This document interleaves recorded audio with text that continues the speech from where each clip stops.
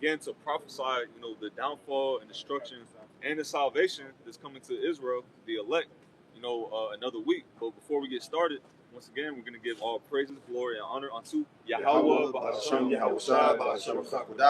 double honors to our elders and apostles of Great Millstone, and shalom to the hopeful elect. And like I said, we're just out here another week to do the will of Yahweh Shemel Shai, to prophesy, to speak his words, all right, to speak on, destruction that's coming and also salvation, all right. But, basically I wanted to go into the pestilence, the plagues and pestilence that's been going on, all right. There's been talks of a new E to the Ebola outbreak, of course you had the H virus as well, so these are different, plagues that the Lord is bringing upon America, which is known as Babylon the Great. Right. Matter of fact, start in Revelation, what's that, 11 to 8? Fine. This is you say on the blue there, right? Yeah. This is Revelation chapter 11, going down to verse 8, and it reads, "And their dead bodies shall lie in the street of the great city, which spiritually is called Sodom in Egypt." Right. So the dead bodies is speaking about the Israelites. I believe last week I touched on this, but yeah, I'll touch on it again. That's going into Ezekiel 37. Right. The valley of dry bones. All right, and our people, they're in a dead state because they don't know who they are. They don't know their identity. Right. That they are the Hebrew Israelites. Right. All right. Mm-hmm. They don't know who their enemy is, which is Right. Esau, Edom, and the other nations. And they don't know prophecy. They don't know what time we're living in. Right. We down the street, they're having some type of parade or something. I don't know what it is. But they don't know what time they're in. Right. We're literally living in the midst of World War III. We're living in the midst of pestilence outbreaks. So, hey, that's why the Lord sent us out here to warn the elect, Right. to come out of this world. Right. This world is getting ready to be destroyed, man. Right. Continuing on in verse 8, which is spiritually is called Sodom in Egypt, where also our Lord was crucified. So that great city is also spiritually known as Sodom and Egypt. All right, and the reason I bring that out is because what did the Lord do to Egypt, to the ancient Egyptians? He brought 10 plagues upon them. That's right. All right, he brought flies, frogs, fleas. I'm just naming the different plagues. Locusts, and the Lord has been doing that to America. He's been bringing plagues. All right. Right. But right now, I wanted to touch on these so-called viral outbreaks. You got something? Now, I just did a simple research, the 10 plagues in order in Egypt. So the first one, it said blood. The waters of the river, turned into blood in Egypt, killing the fish and creating a foul odor. Not verse 2, but number 2, it says frogs. You know what I'm saying? Number 3, it says gnats or lice. It says flies, livestock pestilence, boils, hail, locusts, darkness, death of the firstborn. That was heavy in itself as well. So, as the brother was going into, if these things happen in Egypt, why not America, knowing that this is Egypt all over again, right. And Sodom and all these different other types of spirits that's been conjured up, Yeah, man, the Lord's going to continue to hit this place with judgment. I said not peace on earth, but a sword, And to add to what you just said, if the Lord did that to ancient Egypt, how much more to America when this is a way more wicked, kingdom? This is a more technologically advanced, kingdom, but it's more wicked as well. And also, I'm going to let you get it, but this is going to be the worst time in history as well. So you got it, bro. This is the book of Matthew 24 and 21. Red letter Lord Yahushua speaking. For then shall be great tribulation, such as was not since the beginning of the world. To this time, no, nor ever shall be. So we're coming up to that time. America is that kingdom where this is going to take place. There isn't going to be another kingdom after America, and then that happens, the worst time in history. No, this is where this is going to take place at. Right. This is where the final judgment is going to take place. America, all right? What's that final judgment? That nuclear destruction, all right?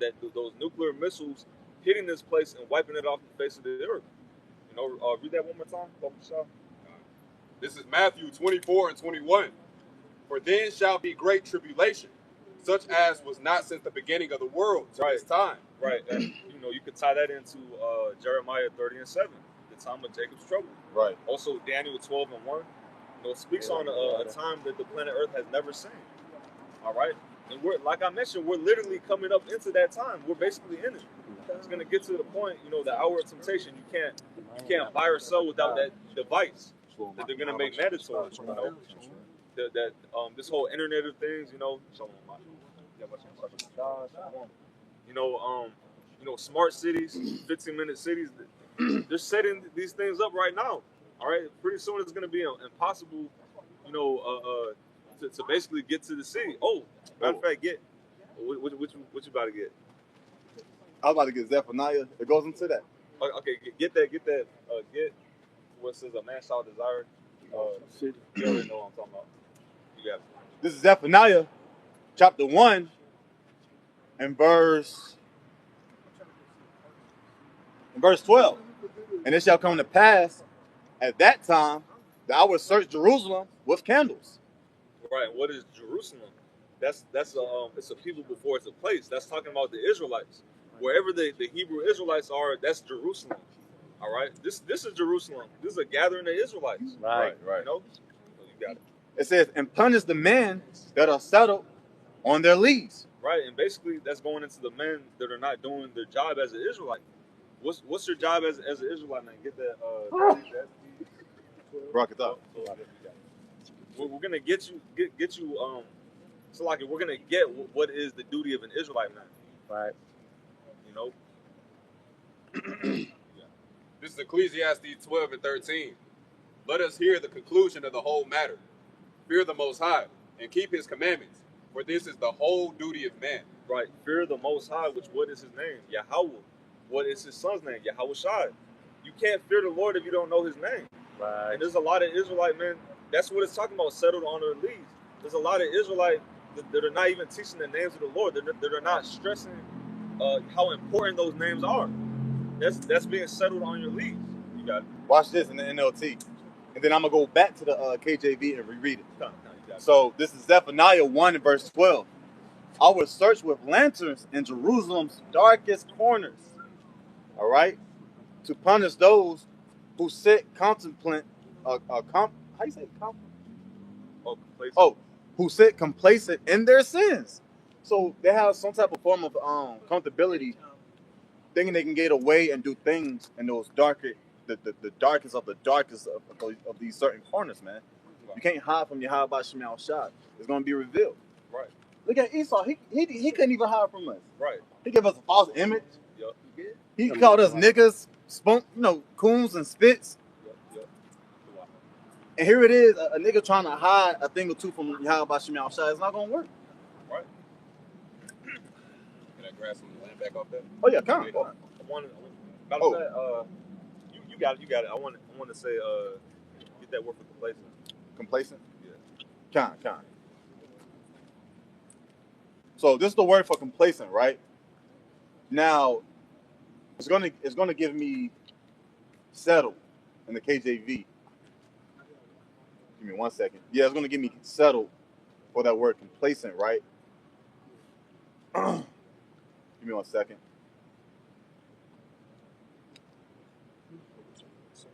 And it says to thicken, condense, congeal. Yeah. Yep. Congeal, settle, become dense. So their wickedness just became thicker and thicker. Right. It's like it's getting just packed on top of sin packed on top of sin. Mm-hmm. That's these other camps, man.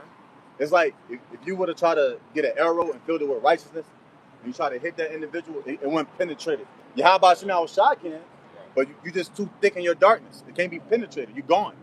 And that's why the Lord is going to shoot an arrow at them, those missiles. And then they're going to come back and be righteous in the kingdom of heaven. Right.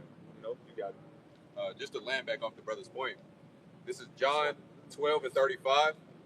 I'm going to read it in the KJV, then the AMB. John 12 and 35. Then Yahweh Shai said unto them, Yet a little while is the light with you. Walk while ye have the light, lest darkness come upon you. For he that walketh in darkness knoweth not whither he goeth.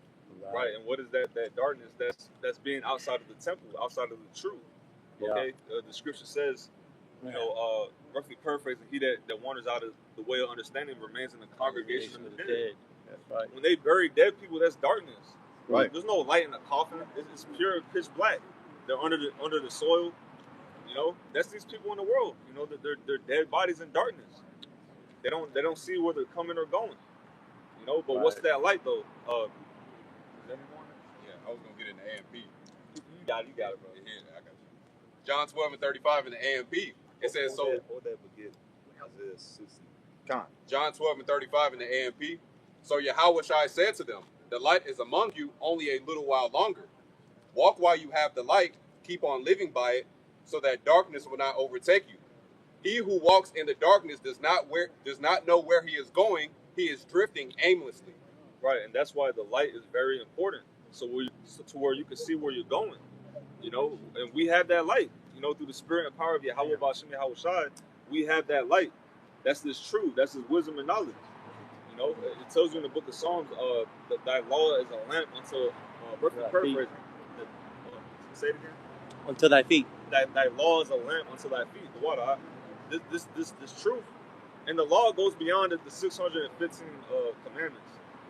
It's the scriptures. That's the law. From Genesis to Revelation, that's all a part of the law. Right. And that's a light unto us. You got it. This is Isaiah chapter 60, verse 1, and I'm going to go down to verse 4. And it reads, "Arise, shine, for thy light is come." Right, arise, stand up. Like they say, keep your chin up. Arise. We have the truth now. We're not like these people in the world who don't know where they're going. Right. Who don't have any hope. Yeah. They're just a YN. They're just a Hispanic. They're just this and that. I'm just a construction worker. No, we know we're kings. Right. We're kings. We just don't have our crown yet. That's right. Matter of fact, Salakia, we do have our crown. Let no man take it. But you get what I'm saying? We don't have our physical crown yet. Yeah. We're fighting to actually have Yahushua place that physical crown on our head. But guess what? We do have the crown. That's why He said, "Let no man take it." That's right. Arise, shine. And that lets you know the black community, the Black Lives Matter movement, and whatever else is out there, okay? It ain't got no shine to it. Right. Okay? It's not drafting in certain people who's willing to change their lives for the better. Not changing our lives for the black community and things of such, no. Changing your life for Yahweh B'Shem Yahushua. Right. That lets you know where the real shine or this real vibration or where this energy is really coming from. Yep. Okay?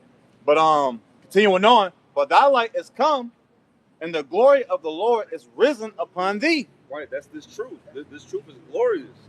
There's nothing else on this planet Earth that's telling you, you have a chance to be immortal.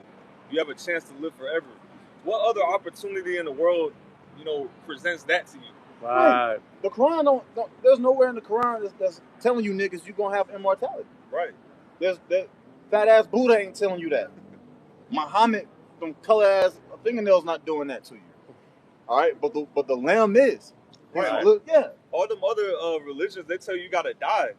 You gotta die to enter into the kingdom. You gotta die, to get, whatever the Muslims say, what it says, 40 virgins or some shit. Wow. Right. It's bugged out. Like, no, you don't gotta die in this truth.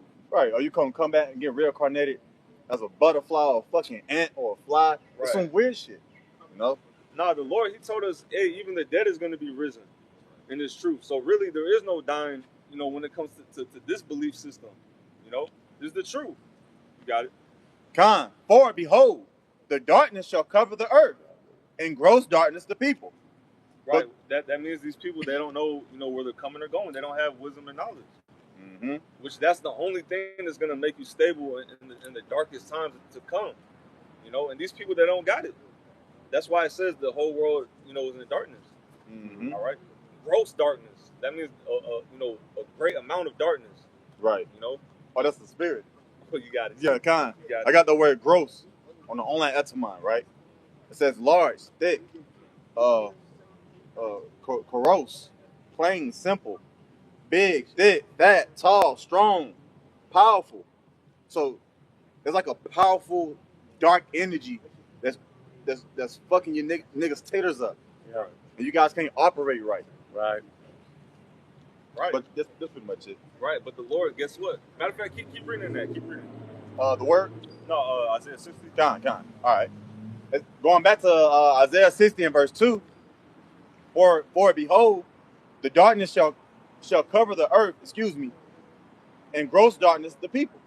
But the Lord Yahweh shall arise upon thee, Right. and his glory shall be seen upon thee.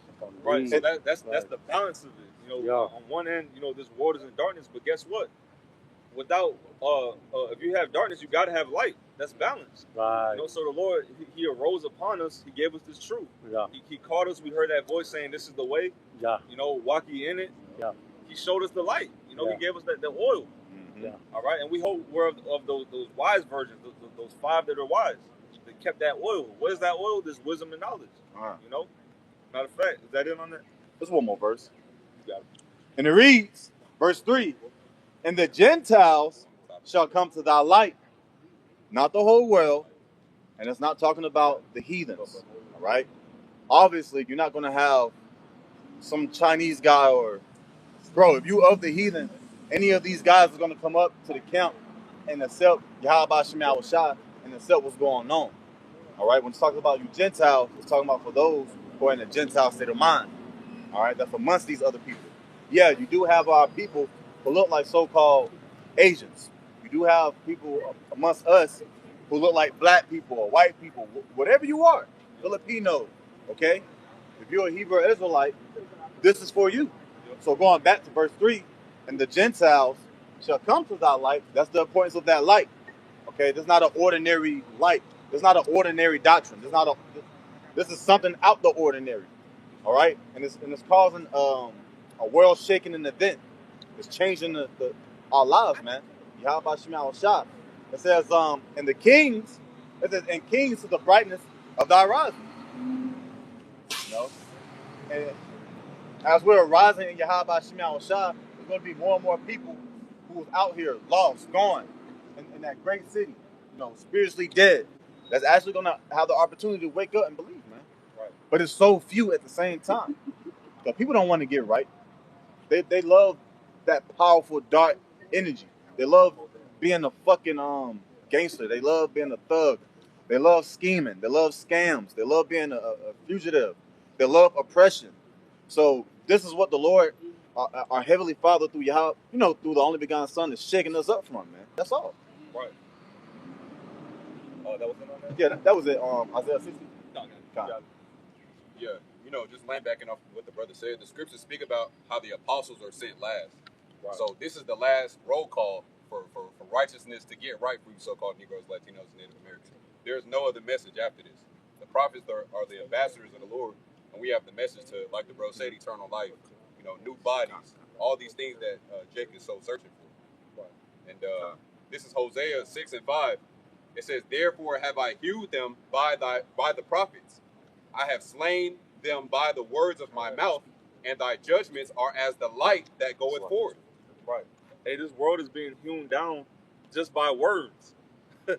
Imagine that the whole world is being shooken up, like the brother made mention of, and hewn down, like you chopping down a tree.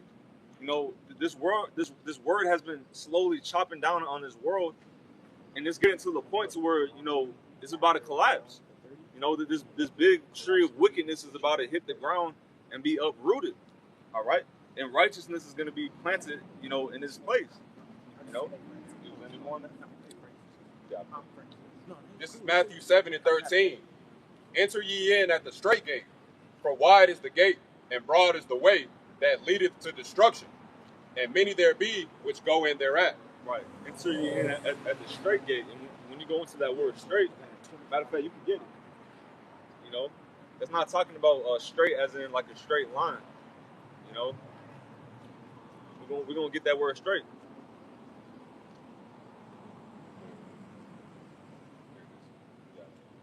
This is the word straight in the Greek. It's stenos. It says narrow, straight, from obstacles standing close about. Right. Like you got the Strait of Hormuz, you know, which, you know, they shut that down, and that's why these gas prices are going up. You know, but a straight, that's something where it's like it's wide at first, but it gets narrow. You know, that's the easiest way to explain it. That's the truth. You know, Right. in this world is wide. You know, you could do all kind of things. You know, you could worship, you know, all kind of gods and deities. You could do all kind of wickedness. You know, you could live all kind of so-called lifestyles. You could be a mo, all right. A man could be a woman could be a man. That's wide. You could do whatever you want. You know, Christianity, that's wide. You know, Christianity got like a billion. I don't even know the number, but they got a lot of members, millions. Right. All the different denominations, you know, that's a wide path. But this truth, read that again. No, the word. This is the word straight again in the Greek. It says narrow, straight, from obstacles standing close about. And then not only is it narrow to where, you know, hold second Ezra 76 water, bro. Not only is this a narrow path to where you don't have much wiggle room, there's obstacles. You know, it's a lot of, you know, it's like an obstacle course. You know, you got to jump over shit. You got to like avoid shit. That's just true. Because one wrong move, you might trip and just fall off the path. Right. You know, get that real quick. Con, this second Ezra chapter 7 and verse 6. And it reads, there is also another thing. A city is built and set upon a broad field. Right, that's New Jerusalem, which is speaking on the elect, but also the kingdom of heaven. We're going into the kingdom of heaven. You got it. And is full of all good things. The entrance thereof is narrow. It is set in a dangerous place to fall. That's the straight gate. It's narrow. The entrance is narrow. It's not wide to where everyone could just walk in. Only a few people could make it through that entrance. You know? Continue on. Like as if there were a fire on the right hand and on the left a deep water. So it's danger on both sides, you know? That's just true. It's danger on all sides. You know, this is a dangerous path. You got it. Verse 8, and one only path between them both, even between the fire and the water, so small that there could but one man go there at once. Right. That's how small this path is. So how do you think the whole world is gonna be involved in this? No. This isn't for the world. That's why Yahweh Shai said, I pray not for the world, but for them which thou gavest me. Right. You know, because not many men is gonna make it through here. like you got 50 Cent many men. Not many men is gonna make it through that path. All right, only a few men, only one at a time, like it says. You know, you got it. Verse 9, if this city now were given unto a man for an inheritance, if he never shall pass the danger set before it, how shall he receive this inheritance? Right, that shows you this is a dangerous path. If you can't make it past that danger, how are you going to get that prize? How are you going to get that crown? You know, how are you going to get that new immortal body? You got to face that danger. And when I say you, I'm in that. I'm speaking to myself too. You know, we all have to face that danger. You know, we got to face ourselves, face our demons. You know, and then on top of that, we got to face the hour of temptation. You know, when they make that device mandatory, you know, you can't buy and sell no more. You know, you can't work. You know, you can't clock into work no more without that device. You know, that's the hour of temptation, and we all have to face it. We all got to face the dangers. You know, it speaks on that on Amos. You know, as if a man did flee from a lion, you know, a bear, and then a bear man. You know, so on and so forth. We got to face that danger. You know, this is a dangerous path. That's right. Okay. You know, we gotta make sure we're walking on eggshells. Make sure we're not offending. You know, make sure we're behaving ourselves wise. You know, you got it. Continuing on, 2 Ezra chapter 7 and verse 10 now, and it reads, and I said, it is so, Lord. Then said he unto me, even so also is Israel's portion, because for their sakes I made the world, and when Adam transgressed my statutes, then was decreed that now is done. Then were the entrances of this world made narrow, full of sorrow and travail. They are but few and evil, full of perils and very painful. There you go. It said it all. This path is full of perils, full of danger. You know, that's why do you think not many people can walk this path? If you can walk this path, you're special. All right? You know, Lord willing, we endure unto the end. You know, we're not ordinary men. We're special. Okay? We just got to keep going. Give diligence to make your calling and election sure. You know? Hey, for if you do these things, you shall never fall. If you constantly give diligence, you know, you're not going to fall off the path. You know, you're not going to fall into that fire. You're not going to fall into that water. You know? But that was all you got. Now, it's going to get into, it got a little bit more. Verse 13, right? It says, for the entrances of the elder world were wide and short and brought immortal fruit. And we're searching for immortality. So you got to go through what's narrow, okay? Through Yahweh Shema Shah. Right. Verse 14, if then they that live labor not to enter these straight and vain things, they can never receive those that are laid up for them. Right. Right. You gotta go through the foolishness of preaching. You know, because the world looks at what we're doing like it's a vain thing, but really this is really the way to go. How do we know? Because he said entering at the straight gate. That's how you know if this is truth or not. Is it difficult? If this was easy, you know, we could just do whatever we want. You know, we could come as we are. That's not the truth. Right. The truth has to be difficult. Yes. Right. You know, so if you're ever questioning yourself, you know, the demons of doubt messing with you, you know, it's the truth. Well, ask yourself this: is my life hard in this truth? And if the answer is yes, this is the truth. Right. Your life isn't supposed to be easy. Right. You know, that's a sure way of knowing if you're involved in the truth. Right. You know, this is a very difficult path. Okay. Right. That was it on that. Yeah, that was it. You got it, bro. And that made me think about Sirach, the 2nd chapter, where it says, prepare thy soul for temptation. Hold that. So it's like the bro said, you're going to get offended. You're going to go through a lot of different things in this truth. And that's just a part of serving Yahweh Shem Yahweh. Our forefathers had to go through it. So how much more we? Right. You know? Right. This is Matthew 7:14. It says, because straight is the gate and narrow is the way, which leadeth unto life, and few there be that find it. Right. That's the key. You know, only a few is going to find this path. Only a few. That's right. There's a lot of people who know that they're Israelites. There's a lot of, you know, Jakes that know about the Israelites, but not many Jakes, you know, actually take that step to actually study, you know, go to a camp, you know, because that takes humility. You know, a lot of Jakes, they don't want to humble themselves. They don't want to give up whatever demons they're holding on to, whether it's smoking weed, whether it's you know, committing adultery, popping pills, whatever it is. A lot of Jakes, they don't want to give up on that. Right. You know, they don't want to give up on the opportunity, the so-called opportunities they got in this world. Right. You know. You're I right. can't be involved in that. No. Right. I'm trying to play football. I'm trying to be an athlete. You know, I'm trying to do this. I'm trying to do that. You know, well, because you couldn't sacrifice that. You know, guess what? You're gonna be the sacrifice. Right. Yep. You're gonna get burned in that altar. Yep. America is like the apostles always say. America is an altar. This place is about to be burnt up. You know, and the Lord's fattening that.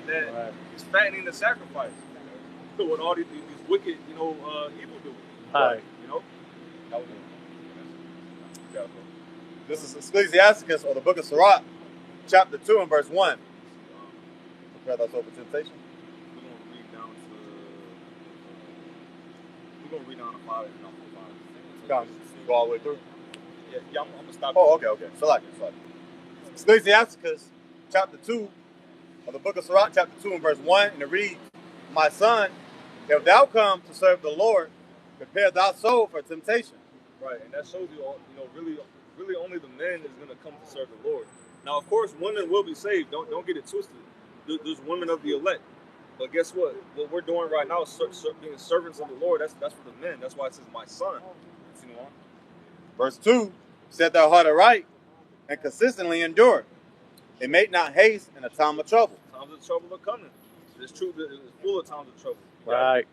Cleave unto him and depart not away, that thou mayest be increased that thou liest in. That means don't let go. Let no man take thy crown. You know, anyone. Verse 4, whatsoever is brought upon thee, take cheerfully, and be patient when thou art changed to a lower state. And that takes time. You know, that's not an easy thing to just take it cheerfully. That takes growth. That takes going through shit over and over and over again until you finally just accept it. You know, you got it. Verse 5, and it reads, "For gold is tried in the fire, and acceptable men in the furnace of adversity." Right. So only acceptable men are going to be tried like gold. Only the acceptable men are going to be going through countless, trials, countless, countless, shit just messing with you. You know, shit just going wrong in your life. The men that are acceptable, they're going to be going through the shit. Right. Any more on that? One more. "Believe in him, and he will help thee. Order thy way aright, and trust in him." Trusting Yahweh Shem outside. Who did he ever despise that called upon him? Right. You know? So, Lola, this was edifying and comforting. I'm going to let the next brother Thank step God.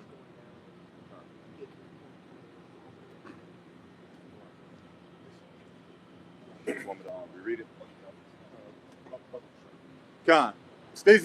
Going back to Ecclesiastes of the book of Sirach, chapter 2, and verse 6. "Believe in him, and he will help thee. Order thy way aright, and trust in him. Ye that fear the Lord, wait for his mercy, and go not aside, lest ye fall." Yeah, don't go aside from the way, the straight gate, as the bro was going into. There's only one way. There's only one faith, one Lord, one baptism. All right, and if you're not with that faith, or if you're not of the elect, then you're up for destruction. And I'm just gonna shift gears, I guess, just a little bit, but it's still on the same topic. But when it comes down to this truth, it's not optional. This truth is going to supersede any other doctrine. Okay, basically Yahweh Shem Yahushua's will is going to prevail. Right. Okay, no matter how many people want to scoff, no matter how many people want to, you post your videos on TikTok talking about how you're, being disingenuous, but that's not going to change prophecy. All right. Can I get this quick precept? Yeah, you got it, bro. Just to back the brother up, this is Romans 3, verse 3. It says, "For what if some did not believe?" Yep. It says, "Shall their unbelief make the faith of the Most High without effect?" You got it.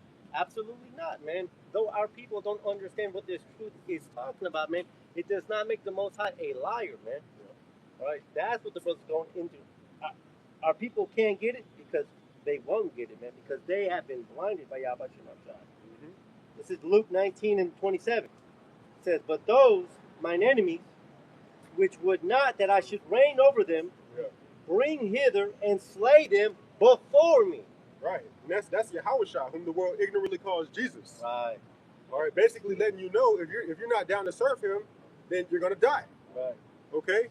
And so, a lot of our people are offended in this truth. They're offended in the Lord, really, but they won't come out and just say that directly. So they try to, come at a different way, being disingenuous,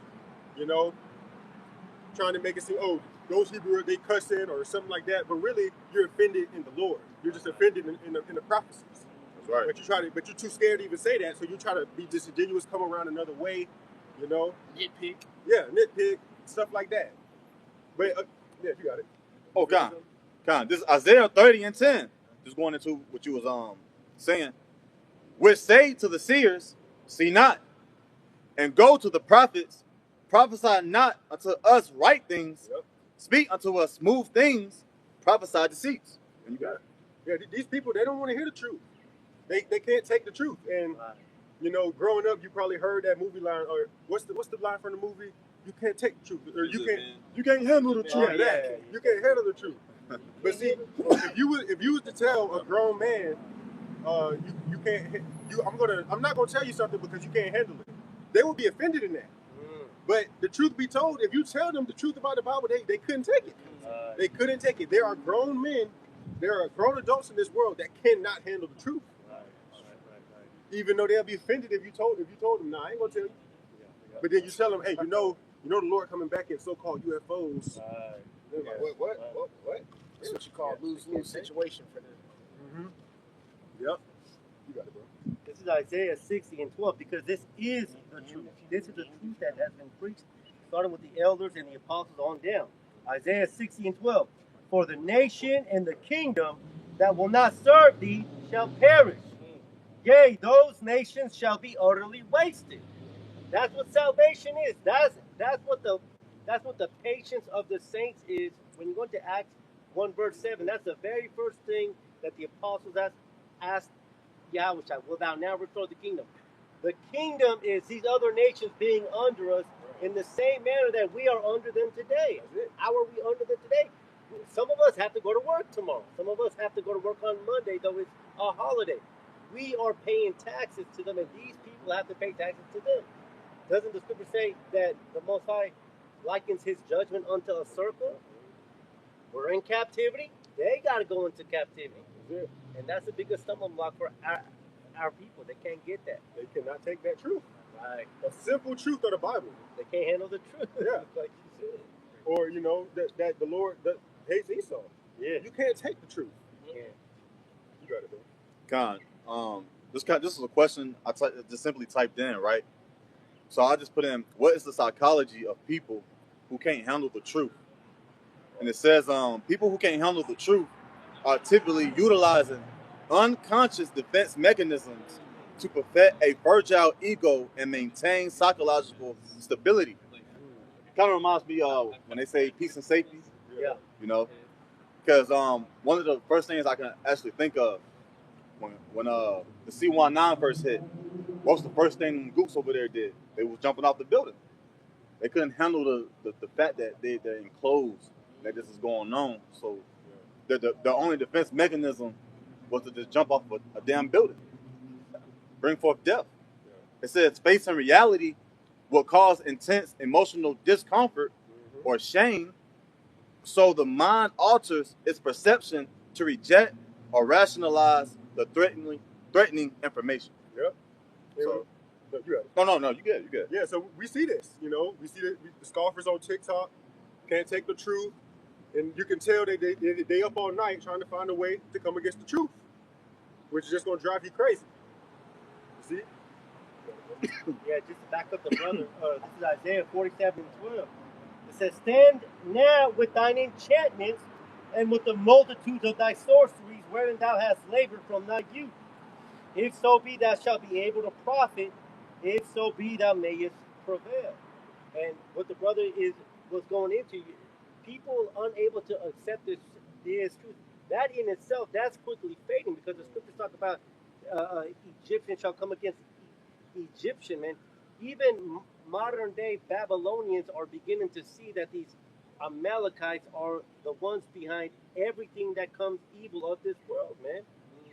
These enchantments are no longer working, and because these enchantments are no longer working, that's how we know that we are in the last days, man. You know? But you got a lot of our people in denial of that too. Oh yeah. Of Jacob's trouble. You can't take the truth with that. You know that this age is about to end. Egyptian against Egyptian, or you know, sedition amongst men. The MOTB. Yeah. You can't even if you can't acknowledge that the MOTB is the microchip, then you're not ready for that thing to be made mandatory, because you will take it when your life gets put on the line. If you can't acknowledge that now, if you can't clearly identify what it is now, so that you can take a firm stance on, that this is the chip and you're not gonna take it. Yeah. Appreciate it. This Jeremiah, since brothers is on it. Jeremiah 30:7, and it reads, "Alas, for that day is great, so that none is like it. It is even the time of Jacob's trouble, but he shall be saved out of it." Yep. Right. So we know in the end times it's going to be the worst it's ever been in all of human history. The bro Kobar was going into that. Daniel 12. Matthew 24. Right. Yep. It's going to be the worst in all of human history, and that's a hard pill to swallow. But hey, if you're of the Lord's elect, there's no way to lose. Right. See? Yeah. Precept here. This is Ezekiel 12:22. It says, "Son of man, what is the proverb that they have in the land of Israel, saying, the days are prolonged and every vision faileth?" Yep. And this is our people. They ultimately don't believe. You see, and they're offended at the same time. But here, even if you don't believe in the prophecies, they're still going to hawk you down. They still believe in you. Right. and a lot of our people don't understand that. Yeah. These are the prophecies in the Bible. Right. It's going to happen. Right. What, like, even if you're offended, yeah, it's still going to happen. Right. Yep. No, that was it. But I have another one for you. I know we kind of touched up on it. This is Romans 3, and verse 3 again, and it reads, "For what if some did not believe? Yeah. Shall their unbelief make the faith of the Most High without effect? No, because the thing is, the thing is, we're warning the people and mentioning certain things that's going to happen according to biblical prophecy. So again, it don't matter if you don't believe. It don't matter if you got your own thing going, your own establishment. It don't matter. The prophecies of Yahweh Shema Shah will come for effect. Okay, because He's the creator. He's the orchestrator. This is the stage. It just makes perfect sense. Mm-hmm. You know. Yep. But continuing on, it says, "God forbid, yea, let God be true, but every man a liar. As it is written, that thou mightest be justified in thy sayings, and mightest overcome when thou art judged. But if our righteousness commend the righteousness of God, what shall we say? Is the Most High unrighteous, who taketh vengeance?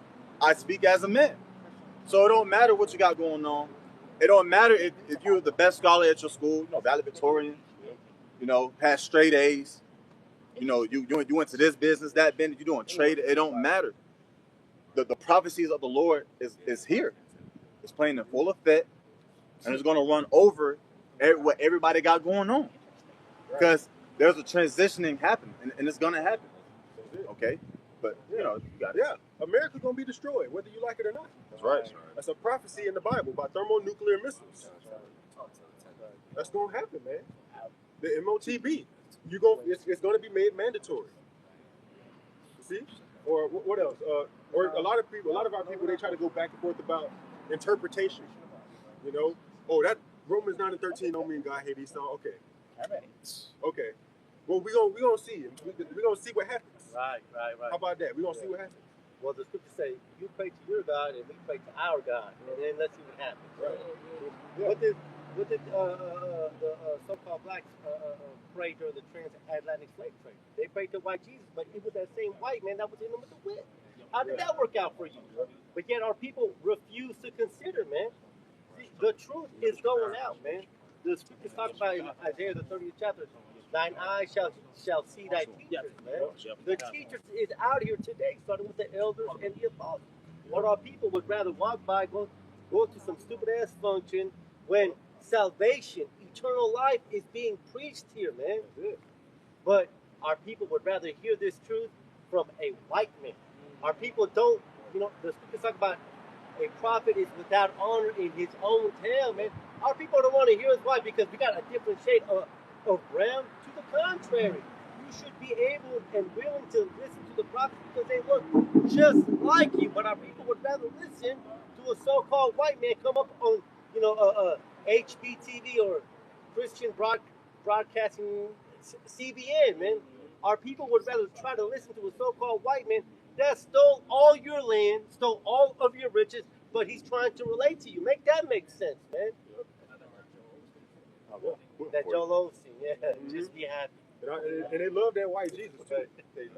And I've been I would say for my past 2 or 3 jobs, I've seen those little, anybody see those little white Jesus figures that people like to keep at desks? Them things be everywhere. But Jake be having them. I'm like, what the hell? They got them at the bank. Little Legos. Yeah, they look like little Lego pieces with white Jesus.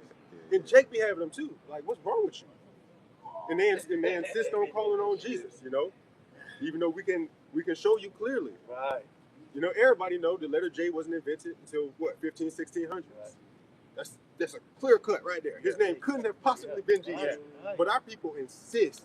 They insist. They gonna play stupid. Oh, well, it says Jesus. I'm gonna just say Jesus. Right. Okay. Mm-hmm. Okay. Right. You got it, bro. Con, just land back on what you were saying a little moments earlier. This is Malachi chapter 3 and verse 6. "For I am the Lord Yahweh. I change not. Therefore, ye sons of Jacob are not consumed.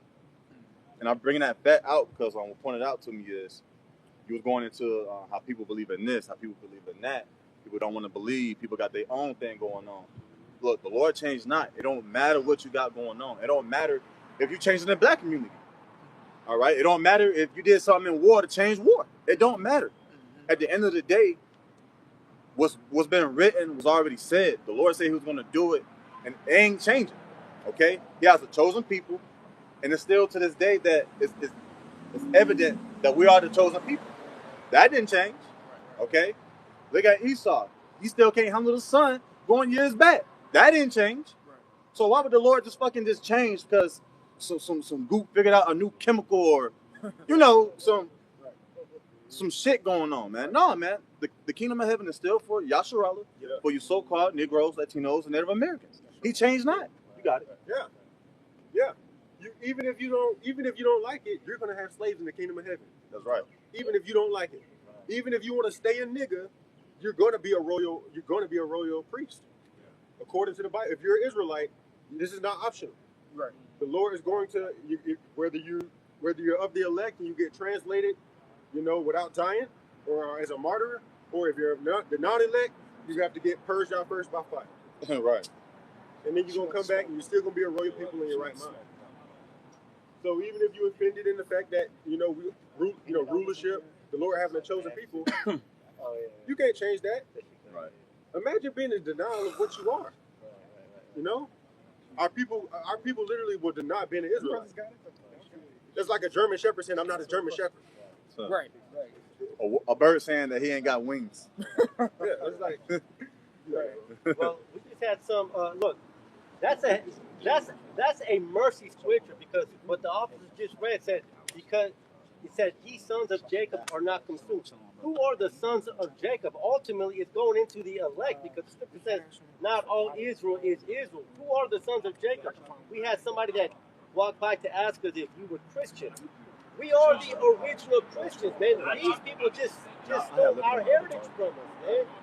How can we prove that we are the original Christians? This is Habakkuk 2 and verse 1. I will stand upon my watch and set me upon the tower and will watch to see what he will say unto me and what I shall answer when I am reproved. That's how we prove that we are the original Christians. Not because we label ourselves that, but because the secrets of Yahweh Hashem Yahushai have been revealed unto us. Then Amos 3:7 says he does nothing but shows his secrets to his servants the prophets. Doesn't the scripture say that the spirit of Yahushai is the spirit of prophecy? Right. We are the Christians. Because this Christian church ain't going into Revelations. They ain't going into Joel. The brothers going. They're not giving you his true name, man. So are we Christian? Yes, we're Christian, but not in the way that the world calls it a Christian. And we are the prophets, man. Yeah. Baba Kushar, that Revelation 19:10. Yeah. This is Revelation 19 and 10. And I fell at his feet to worship him. And he said unto me, See thou do it not. I am thy fellow servant and of thy brethren that have the testimony of Yahushua. Yep. Worship the Most High, for the testimony of Yahushua is the spirit of prophecy. Man. And these people, they don't have the spirit of prophecy, man. You have these Christians praying for America, rededicating this country to America. I mean, think about that. Well, if I may say, it's like, just like you're saying, these Christians don't have the spirit of prophecy because Christianity is a very selfish religion. Right. They pretty much put a trump card in their back pocket and bring it out whenever they deem necessary. They put the Lord in a box, but you got to clock. Yeah, and that's also circling back to the name too. Yeah. That Revelation 19:10. Yeah. The name Yahushua is what's associated with prophecy. Right. The name Jesus ain't associated with no prophecies. Even the return of Yahushua. Ask a so-called Christian, how is Jesus coming back? And maybe if they're learned, they might say, oh, he's coming back in the clouds. Well then, Well, what is that? You think it's the literal clouds?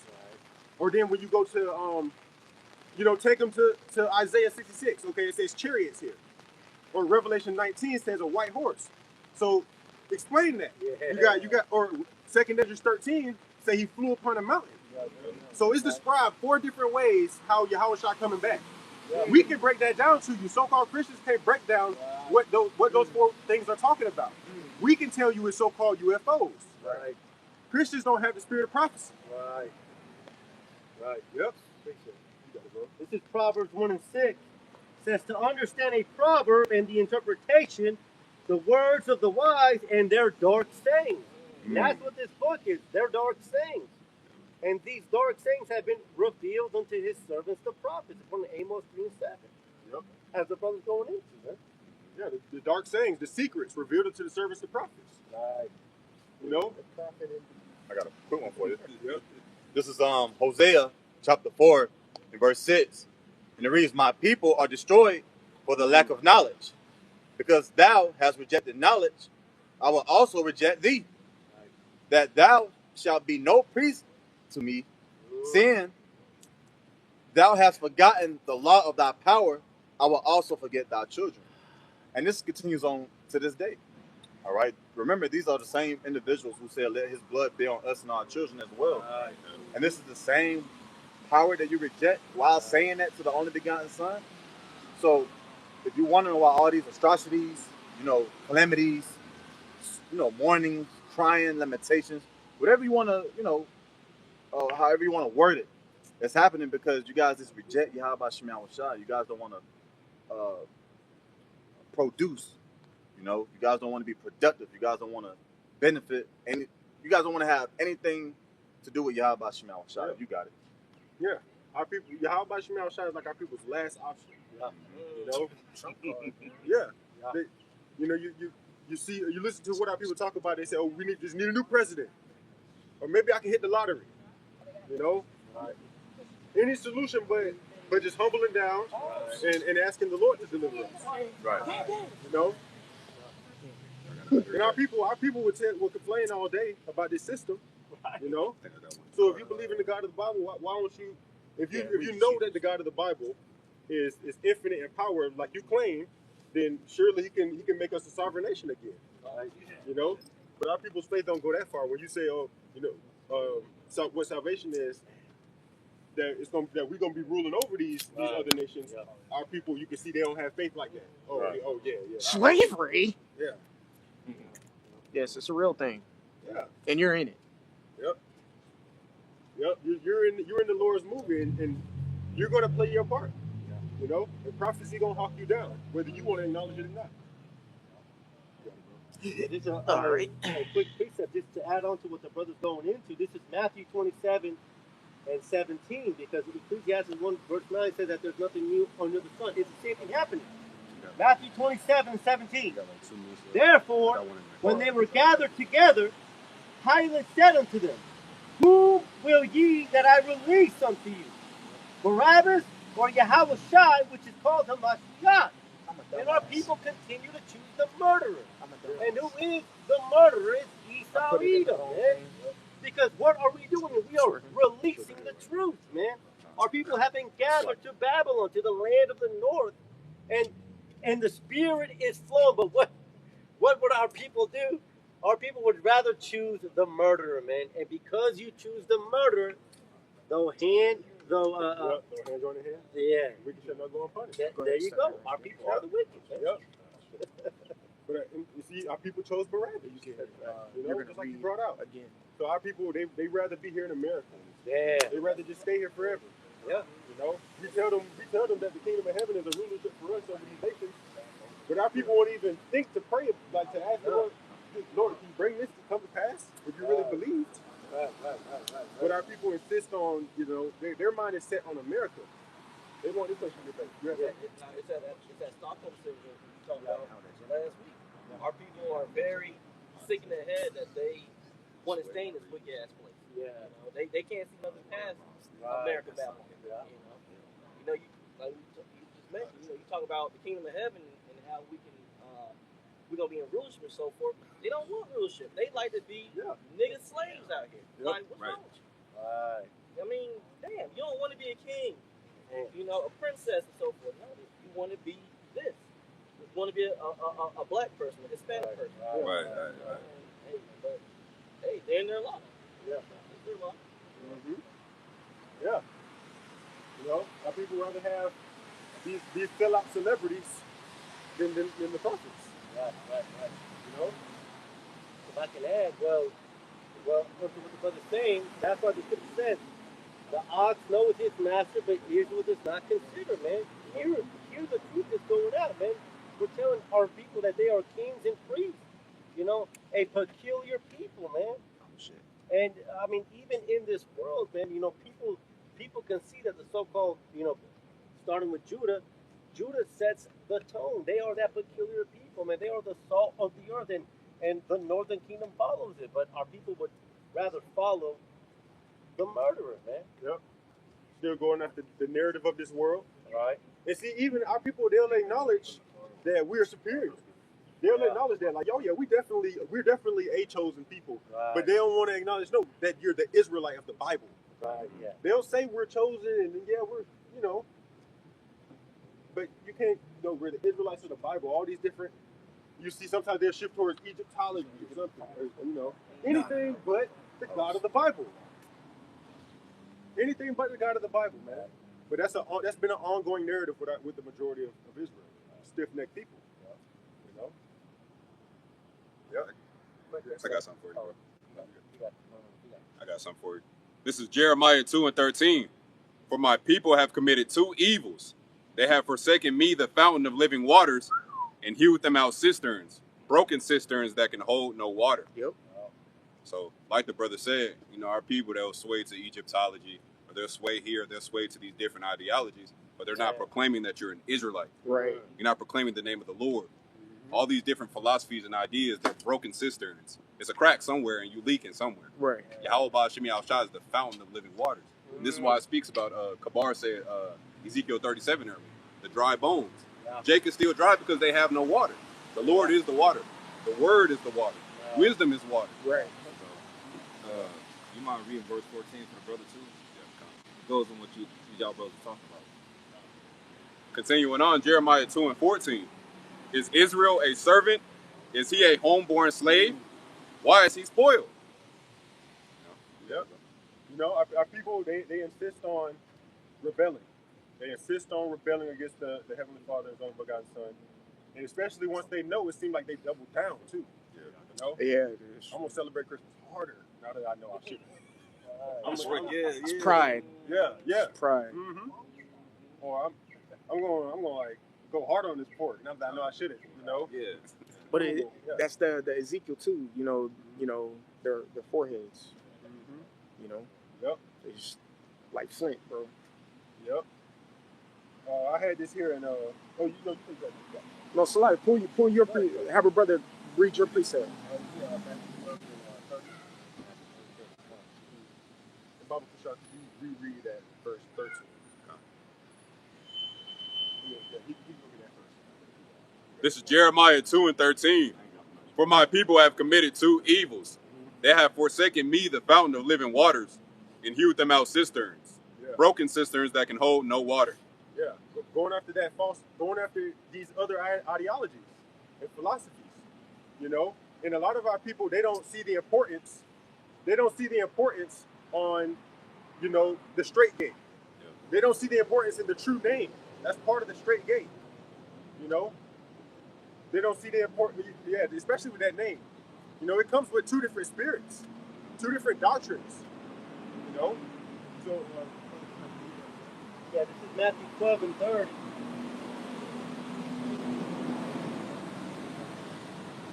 Matthew 12 and 30. He that is not with me is against me. Yeah. And he that gathereth not with me scattereth abroad. Right. So when it comes down to this faith and this baptism and this doctrine, it is specific. And if you're not on this specific train, you know, then you're against the Lord. Yeah. Either you with the Lord or you against him. All right. If you're not calling on the true name, then you are scattering abroad. There is only one true name, one true baptism, one true doctrine. All right, so Lord willing, that was edifying. I'm gonna step down for the next brother to speak. Keep stay right there and read. Hey, Shalom Akim. If a brother can get Revelation 12 and 12, I want to hone in on that, Baba Shah, and they can read it when they're ready. You got it. I'm gonna stop you like at each sentence. No. This is Revelation chapter 12, verse 12. Therefore rejoice, ye heavens, and ye that dwell in them. Woe to the inhabitants of the earth and the sea, for the devil is come down unto you, having great wrath, because he knoweth that he hath but a short time. That's right. Hey, that's what we're out here to tell you. Just to continue on as the brothers have been going into, man. Babylon is fallen, man. This place that we were brought here through slavery, this place that we built up, and we continue to build this place up. You can drive down North Atlanta Drive. You see a so-called Hispanic, cutting a so-called white man's grassman. We are still continuing to build up the place of our captivity, man. And so the scripture says, rejoice. Why are we to rejoice? Because this place is fallen, man. And we, so why do Yahweh for giving us this understanding? Because we understand that this place has to fall. And so what are we doing while this place is falling? Well, what's the world doing? Again, you had the Orange Man trying to rededicate Babylon to the Bible. I mean, they literally scheduled the time to reschedule. They literally rescheduled the time to rededicate themselves to the Bible. Think about that. I'm going to stop being a demon 2 months from now. That's not how the scriptures work, man. This place is fallen. And so why are we to rejoice? Because their punishment is our deliverance. Go ahead with that. This is Wisdom of Solomon 17 and 17. For whether he were a husbandman or shepherd or a laborer in the field, he was overtaken and endured that necessity, which could not be avoided. For they were all bound with one chain of darkness. Man, that's a beautiful word. It talks about they endured the necessity. Well, who is the they? They is talking about the rich man, the elite, and then also talking about the farmer. That's two different classes of people, man. See, all of Babylon, all of Babylon is gonna feel it, man. In the same way that our people felt it. You go into Isaiah the 3rd chapter, it talks about the spirit of Yahweh taken away from us, the order, the captain of 50. All right, he took down our elites. All right, how much more so is he not going to take down their elites, man? And so as we go into this time of judgment, because Yahweh is the righteous judge, and what does a judge do? He doles out just punishment. If you speed through a speed light, he's gonna give you a ticket. If you commit murder, you're gonna do life. And these people are about to do 1,000 years of captivity, and then, as the scripture says in Obadiah 1 verse 18, his seed shall be no more. All right. This is Proverbs chapter 1, verse 26. I also will laugh at your calamity. I will mock when your fear cometh. Verse 27. When your fear cometh as a desolation, and your destruction cometh as a whirlwind, when distress and anguish cometh upon you. Right. Hey, so the scripture says that Yahweh himself is going to laugh at you. So how does Yahweh speak? Well, he speaks through the prophets. His prophets are going to laugh at you. In the same way that the so-called white man laughed at the so-called blacks, laughed at the so-called Hispanics, in the same way that the so-called white man voted for this orange man to break families apart, to deport a 5-year-old kid to another country without his parents, and they agreed and said, "This is what I voted for." Hey, this is what we were raised into, man. We didn't have to vote for this, man. Hey, so why do Yahweh shy, man, that he woke us up unto this truth, man? Because there's a deliverance coming in the same time that there's a judgment coming. See, the Christian church won't talk to you about the second Passover. What is the second Passover? Well, what was the first Passover? The first Passover was the angel of Yahweh passing through Egypt and slaughtering the firstborn. Who is the firstborn child?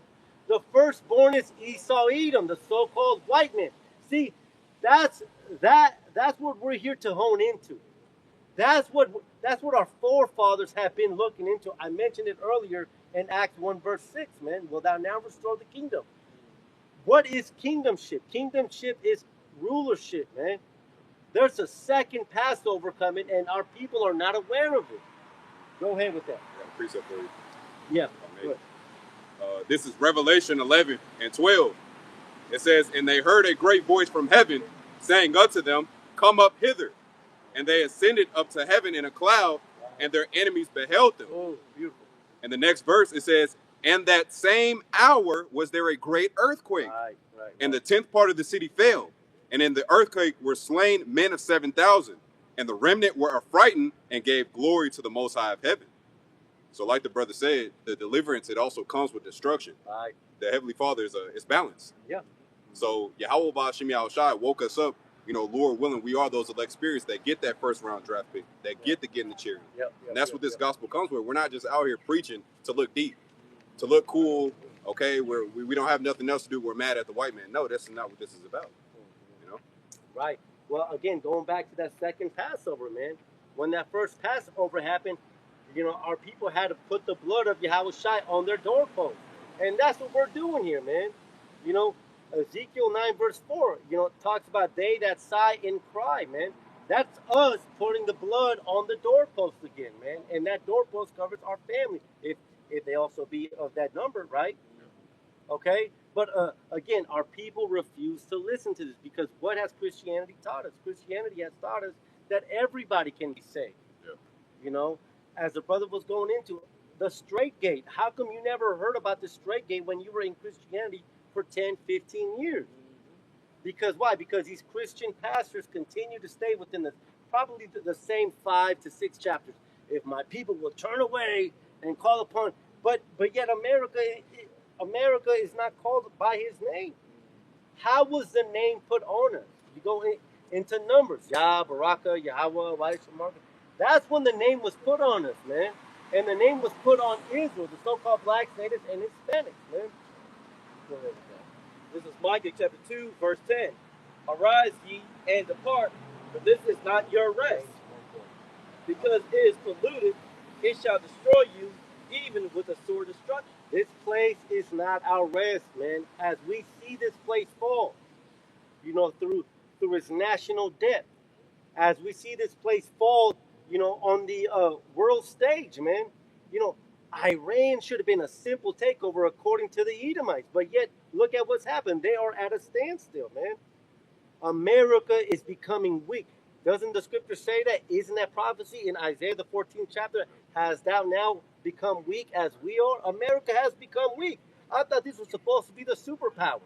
Why can't you take out a couple of, you know, cave dwellers per se? Why? Because you've been made weak, man. All right? And as the brother just read, it said, flee because this is not your rest. So when that judgment comes, that judgment isn't going to touch the elect. Why? Because we flee spiritually, man.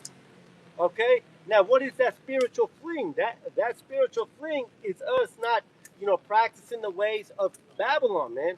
And that's contrary to what these so-called Americans are doing, because as this place was prophesied to fall, what are these people doing? They're praying for America. Go ahead with that. This is James 4 and 4. "Ye adulterers and adulteress, know ye not that friendship of the world is enmity with the Most High?" And that's what Christianity is. Christianity is friendship with the world. Again, these people are thinking that they can uplift the place. Doesn't the scripture say that Babylon was drunk with the blood of the saints? You want to try to save this place? Again, our people are consistently, man, not only are they choosing Barabbas, but they're praying for Barabbas, man. Please protect this murderer that enslaved my grandparents, that stole our land, that is, you know, throwing ticks from airplanes to, you know, cause you to not be able to eat red meat, that is spraying these guys, man. Hey, enmity, love of this world is enmity against the Most High, man, and that's what these people have. And that's something that the Christian church won't teach you. This place has to fall. And the scriptures tell us this. Go ahead with that. 2 Ezra chapter 4, verse 29. Yeah. If therefore that which is sown be not turned upside down, and if the place where the evil is sown pass not away, then cannot it come that is sown with good? Can you read that one more time again? I got you. Bible Bishop. This is 2 Ezra chapter 4, verse 29. If therefore that which is sown be not turned upside down, and if the place where the evil is sown pass not away, then cannot it come that is sown with good? Yeah. Look, Yahweh gave many parables when it came to farming. And one thing about farming, before you lay down new seeds, you have to till that land. You have to till deep. You have to take up those old roots. Why? Because certain plants can't grow with other stuff. Weeds will take up the nutrients from that plant. You cannot plant a cornfield in a strawberry field. And so in that same manner, America has to be sown up. Everything has to be taken up, which, that also, comes to mind, that scripture that, we are going to look for them in the tunnels, man. But the point is that everybody is waiting for Yahweh, whom the world ignorantly calls Jesus Christ, to come back, but they don't understand that, as the brother just read, for righteousness to come, evil has to be sown up. And what is that evil? Evil is Babylon. Revelation 17, verse 1, the whore that sits on many waters. Revelation 6, verse 4, the horse that took away peace and caused death. You can't have righteousness here. Yeah, don't the Christian church say one nation under God? Right. Who's the one nation under God? It's the nation of Israel. Amos the 3rd chapter tells you that. You only have I known of all the families of the earth. Yep. So what are these Christians talking about? Yeah, because the God here is Satan. The acronym for USA is under Satan's authority, man. Right. They do everything they do everything opposite that's in the Bible. Yep. Right. Yep. Right. Yeah. Speaking of which, I was on the way here. I saw this dude with a big ass lifted Ford F-450. Like, the truck was probably like $150,000 truck. Dude comes out the gas station and he opens up the door for his girl. And I'm thinking, why are you doing that? You made the business. She should be opening up the door for you. But that's Babylon, man. Babylon is nothing but confusion. Damn, This they can't open the dude door is for his providing for you, but you're gonna. I mean, come on, man. The water Yahweh Shai that he woke us up to this truth, and we can see this stuff, man. Like you were saying, that's what they teach here with that whole chivalry, which started maybe 1,000 years ago. Before that, men weren't doing certain things until they came to this chivalry stuff, and now men open, like you mentioned, open doors for women and pull their chair out and things of that nature. But like you said, the man is the one that's providing for the woman. Right. So why aren't you doing that for me? But if you say that here in this country, here comes that these nigga women like to use the word a lot, misogynistic, chauvinist, and all this other all this feminist nonsense, and the man's gonna get taken down. Right. This place is nothing but confusion, man, and that's why this place has to fall down. See, when you go through the different captivities, right? You go into the Assyrian Empire. What was the purpose of the Assyrian Empire? To take the northern kingdom into captivity. You go into the Babylonian Empire. What was their purpose? To take the southern kingdom into captivity. What was the Persian Empire? To rebuild the temple. What was the purpose of the Grecian Empire? For the heathenite, for us to be Hellenized. What was the purpose of the Roman Empire? For us to be scattered. The purpose of this revived Roman Empire is for the gathering of the saints in Babylon, man. And now the saints have been gathered. The truth is going out. The place has been fulfilled. See, the scriptures talk about Yahweh Hashem Yahushai unleashing his sword, all right, and then putting it back into his sheath. Esau is that sword. Save me from the wicked, which is thy sword. So now, our punishment, Lamentations 4 verse 21, that punishment is complete. Now that sword is going into the sheath, okay? Never to be pulled out again, all right? The scriptures talk about the Most High wiping away every tear. Go ahead. Go ahead. This is Jeremiah chapter 51, verse 8. Babylon is suddenly fallen and destroyed. How for her? take balm for her pain, Yeah, that ain't no if Bible so there. be she may be healed. Right. Verse 9. And that's what you're seeing right now. Babylon is falling. Yeah. Like the ark is breaking out. This place is dead meat. Yeah. Like look what you see around here in America. Everybody's stressed out. Everybody's crashing out for the most part, especially these Edomites. You know, they looking very bad out here, and it's hey, we're loving it. You know, right. Yeah, we're loving it. We're loving what's going on out here. So we're seeing that this place has fallen. Right. We love what's going on, man, and that's the difference between us, man. Because the truth has set us free. The scripture says, "My servant shall eat." You know, somebody can be watching this stream and say, "What do you mean you love this place falling down? You live in it too." Yeah, we do live in it too, but we're okay with the place. Doesn't the scripture say the captive, yeah, hasten it the day? That's what we're doing, man. Why? Because we know that when this place finally falls, we know that Yahweh Shemel Shah is going to feed us, man. And we have the scriptures to show us, you know, doesn't the scripture say these things are written aforetime for thy learning? We have the story of Elijah being fed by the ravens, right? That's our hope, okay? Go ahead with that. This is Amos 5:18. Woe unto you that desire the day of the Lord. This is the crux of Christianity, man, because Christianity, I can't wait for white Jesus to come back. Then, you know, everything will be all right. Continue on. Continuing on, Amos 5:18. This is the awakening. This is the truth, man. Isaiah 9 verse 2, they that walk in darkness have seen a great light. This is the great light.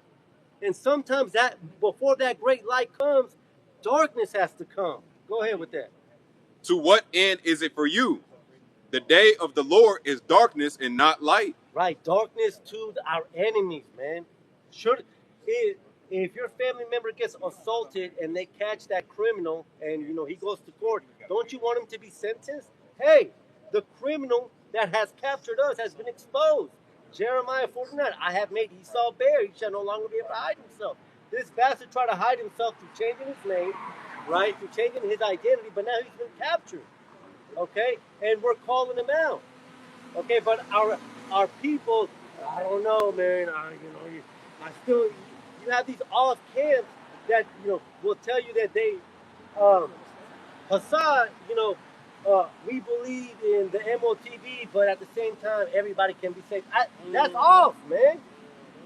No, man. That's why the elder apostle Tahar goes into let your eye be single, and what does that go into? Having the 100% truth, understanding that these other nations have to go into captivity. The scriptures say Moab shall be my wash spot. They got to go into captivity too. Yeah. It makes me think about through the spirit, in the proverbial courtroom, you have the two witnesses, which is the southern kingdom and the northern kingdom. But then you also got the third witness, which are these Edomites.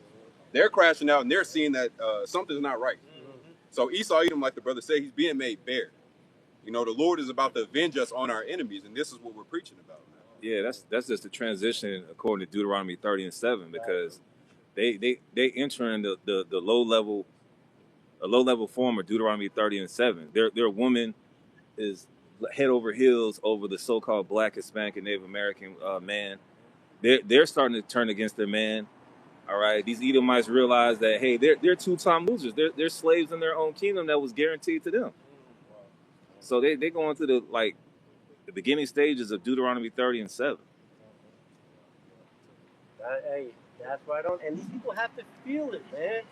Again, I brought it up earlier. The scriptures talk about the Most High likens his judgment unto a circle. We had to feel it. These people want to preach to us, talk about put yourself up by your bootstraps, work harder, just like me. Hey, we had to go through this chastising, man. Now they have to go through it.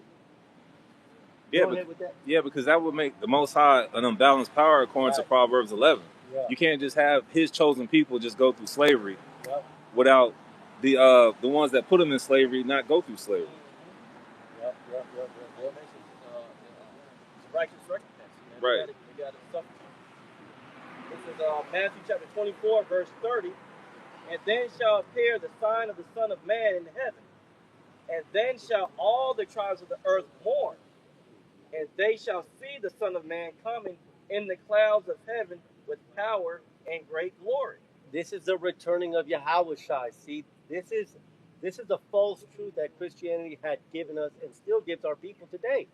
Why Jesus is going to come back in a cloud, a horse, a mountain? Which one is it? Again, they're dark sayings, and the prophets are here to break it down. But the scripture says that all of the tribes of the earth are going to mourn. Why is that? Because, as the scriptures say, these people are going to say our fathers have inherited lies. Why? Because Yahweh Shai is coming back as a so-called black man, and he's coming back in a so-called UFO, so big of a UFO that people are going to be scared about. Matter of fact, I bring this up every time we pull the scripture, but when you go into that word power, that word in the Greek is dynamus, which means inherent power. What does inherent power mean? It means that when you see something, it's so big and strong that you can just understand. That shit's got power. That's Salakia. That has power. That's how Yahweh Shai is coming back, man. And these people are gonna wail because it's so far beyond what we have been told. Yeah, the word dynamis also goes into the ability to perform miracles. And Yahweh Shai said in John 14 and 12, the works that he did, that Lord willing, we will do greater. Yep. See, there is a judgment, and again, I don't mean to sound like a broken record, but there's a judgment coming to this place. Everybody has felt judgment besides one people, and the scriptures prophesy that. Go ahead with that. This is the book of Isaiah 47 and 1. Come down and sit in the dust, O virgin daughter of Babylon. Sit on the ground. There is no throne, O daughter of the Chaldeans. For thou shalt no more be called tender and delicate. Come and sit in the dust, thy virgin daughter. Everybody has felt it. Canada has felt it. Mexico has felt it. Cuba is definitely feeling it. Colombia right now, the brother posted it in the chat. There's uprising of the people. What's actually Bolivia? Bolivia, the water. Everybody, every country has felt pain. Besides what? Mm-hmm. Besides America. That's why it's called the virgin daughter. Even in Ezekiel, the 38th chapter, talks about, I will go to them that are at rest. America is at rest. They have never been invaded, man. And the scriptures say, sit in the dust. Now, what is the dust? It's a low place. Because Obadiah says, though thou make thy home in the stores in a high place, thou shalt be brought down into the dust. Man. Well, the dust actually goes into confusion.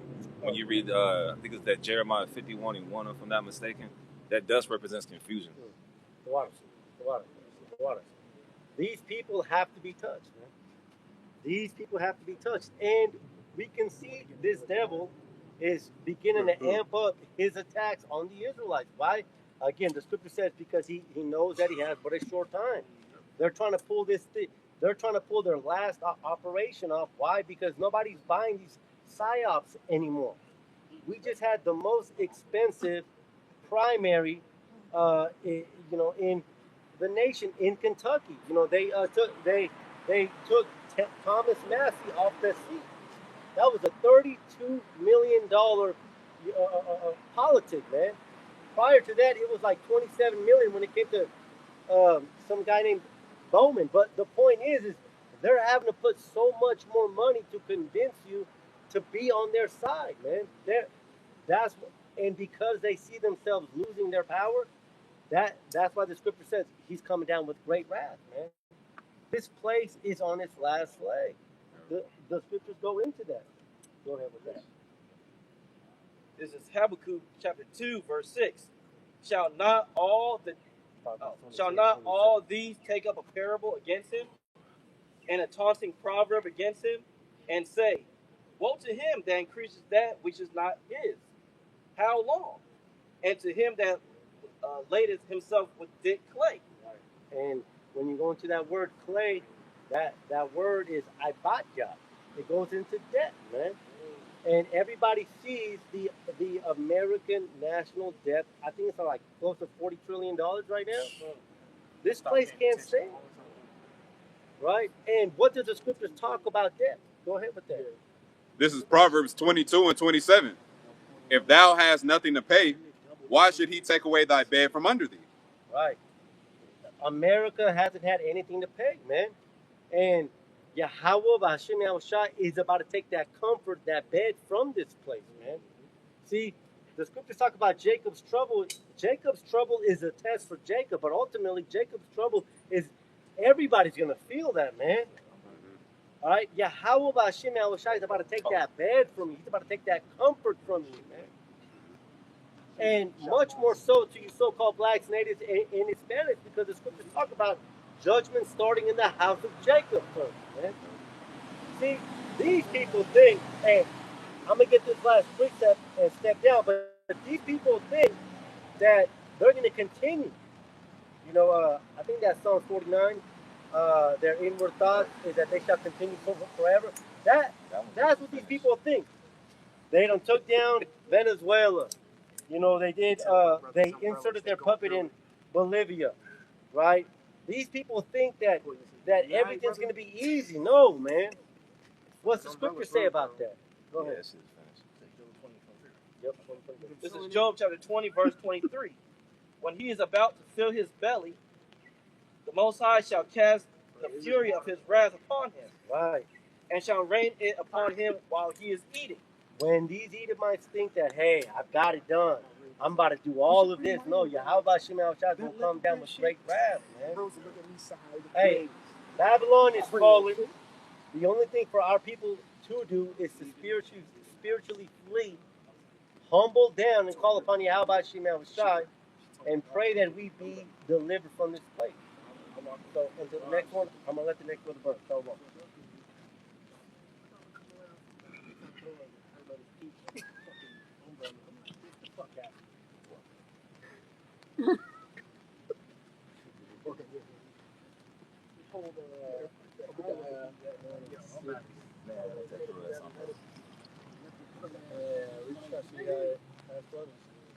But shalom, shalom. Gonna just keep on going, keep on burning. But I've had been thinking about these two issues that have been coming up with Edomites recently. When I say Edomites, I'm talking about so-called white man, including the tiny tops. Those are the Edomites. But two things. First off, Esau has so-called disclosed who the aliens are. And he's like, yeah, there's 4 types of aliens. One of them's a lizard man. Another one of them's one of those little gray aliens you see everywhere. They show in the movie. But sometimes they show them really tall. Sometimes they show them really short. Who knows? Another one of them it's a mantis. It's like a praying mantis in an astronaut suit. And then you also have alien Edomites out there. Real tall alien Edomites. They call them Nordics. They've been pushing this around for years. It's been around for years. I remember seeing it on the internet. Like, yeah, there's a whole race of Nordic aliens out there. There's the reptilians, and they always try to call our like presidents and your congressmen. They're like, yeah, they're reptilians. See how their eyes doing all this stuff. Anyway, that's a really old lie of Edomites. Yeah. Making the angels appear to be all these farcical creatures. Yeah. Just made up creatures. Right. That's an old lie. Second lie that I also want to bring up, because these are things that are revealing the Edomites as liars. Right before our eyes. It's 2 old lies. Oh, and then we could even bring in the moon, orbited the moon as well. That's another old lie. That didn't happen. But Esau's doing that. He's pushing these aliens, these 4 types of aliens. And then the other thing is Christopher Nolan's The Odyssey, that is supposed to come out real soon. With Matt Damon? With Matt Damon. Yeah. I got all excited about it when I first saw the image for it. I was like, oh shit, that's going to be... Wow, I thought it was going to be like the new Troy or new Gladiator or something. But no, they got Juno, freaking Elliot Page, some little mentally retarded girl playing Achilles, the greatest warrior of all time. I'm not watching that shit. Yeah, I'm not watching it at all. That shit was corny as hell. Yeah. And so they got her playing Achilles. greatest warrior of all time. That got Edomite should be mad about that. They should be. That's fucking crazy. They should. Or I'm mad about it. I'm mad about it because it's I'm mad about that shit too. Right, How because you I go thought from it was Brad gonna be Pitt to that cool. shit? And then they got Lupita Nyong'o, bald-headed woman, playing Helen of Troy. Ain't she Which- supposed to be the most beautiful? She's supposed to be the most beautiful woman in the world, but she lacks hair. That's all. Yeah, that's scriptural too. Yeah. Think about it. Yep. You know what I mean? That's The glory of the the glory of woman the is her hair. But you got a bald girl playing the most beautiful woman in the world. The woman that set off 1,000 ships, that this 10-year war was fought over, is supposed to be this girl with no hair. That's crazy. It's all craziness. Edomites are all in an uproar about it, about her being dark skinned. But these Edomites really just don't understand who was fighting that war in that time period. So I want to go into Esau being revealed, because these things that they're up in arms about are actually, it all reveals them to be liars, and liars from the beginning.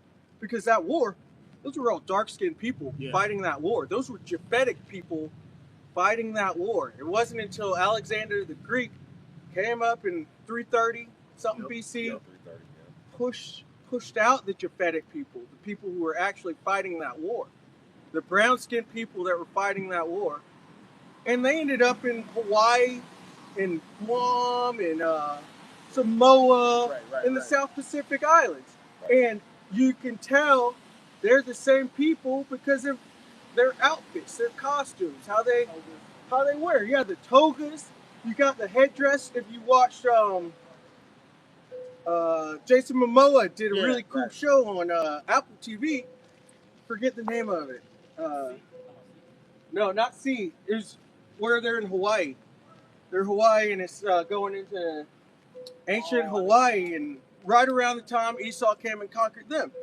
But the headdresses, they were ancient Trojan headdresses. It's that mohawk thing, and it showed it all throughout it. And my rib even brought it up that they looked like ancient Greeks, and I was like, those are the ancient Greeks, and you can still see it. And it blew her mind, but that's the truth of it. Esau, you were not there then. Right. Let's get scripture, because talking too much. If I may say, and I'll let real quick, because you said Esau would be lying about, you said 4 kind of aliens. The scriptures tell you what kind of 4 kind of angels are in Ezekiel 1st chapter. It gives you the likenesses of 4 different type of angels. Of course, you can go into the 6-wing angel and the 4-wing angel, but you want to talk about 4 different kinds? Read Ezekiel 1st chapter. It tells you 4 different.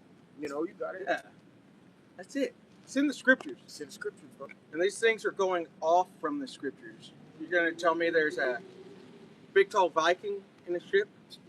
In order to tell a lie, you got to know the truth. Yeah. Esau knows, but you got to know. Esau does know. That's why he put himself up there, because he wants to be in this heavenly position. But you're the basis of men, man. You're the absolute basis of all humanity. And this shows it, that you're lying about who the angels are. Right. You're base.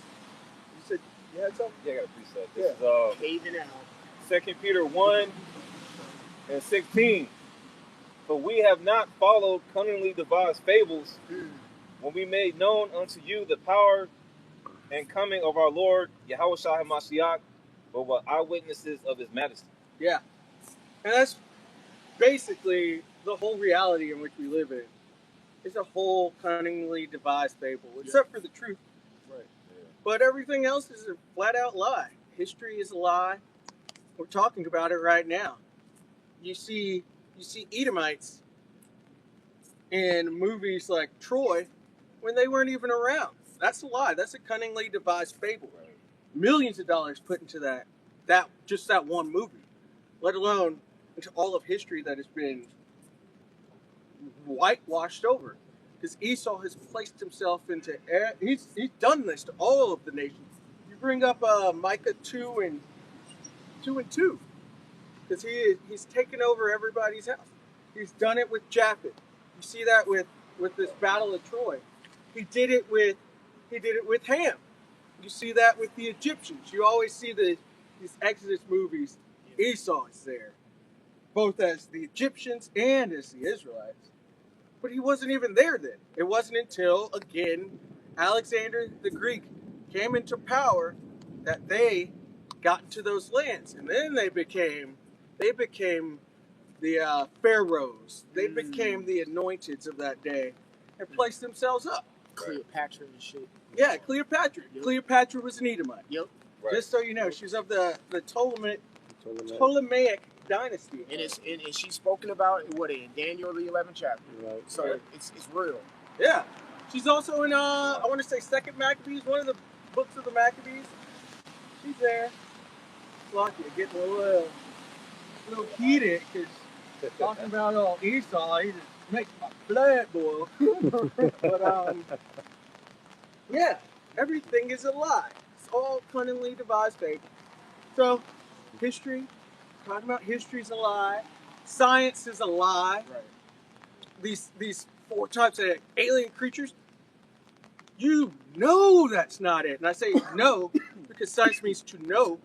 And these guys, they know. These Edomites, they know that those are big, tall, dark-skinned individuals in those crafts that they call UFOs. They know both the craft is not a UFO because they know what it is. It's been identified, and they know the driver is not a big Viking or a mantis or a frog or a lizard. They know this. The scriptures say the simple believeth on every word, because Esau put out, he's had people expose that so-called UFOs, they were tall black men. At the same token, you're saying there's 4 different types of fabled characters coming out of chariots, so it doesn't add up. Esau just throws a lot of confusion out here to what's really the truth. Yeah. Throw a bunch of shit, hoping it sticks. Yeah.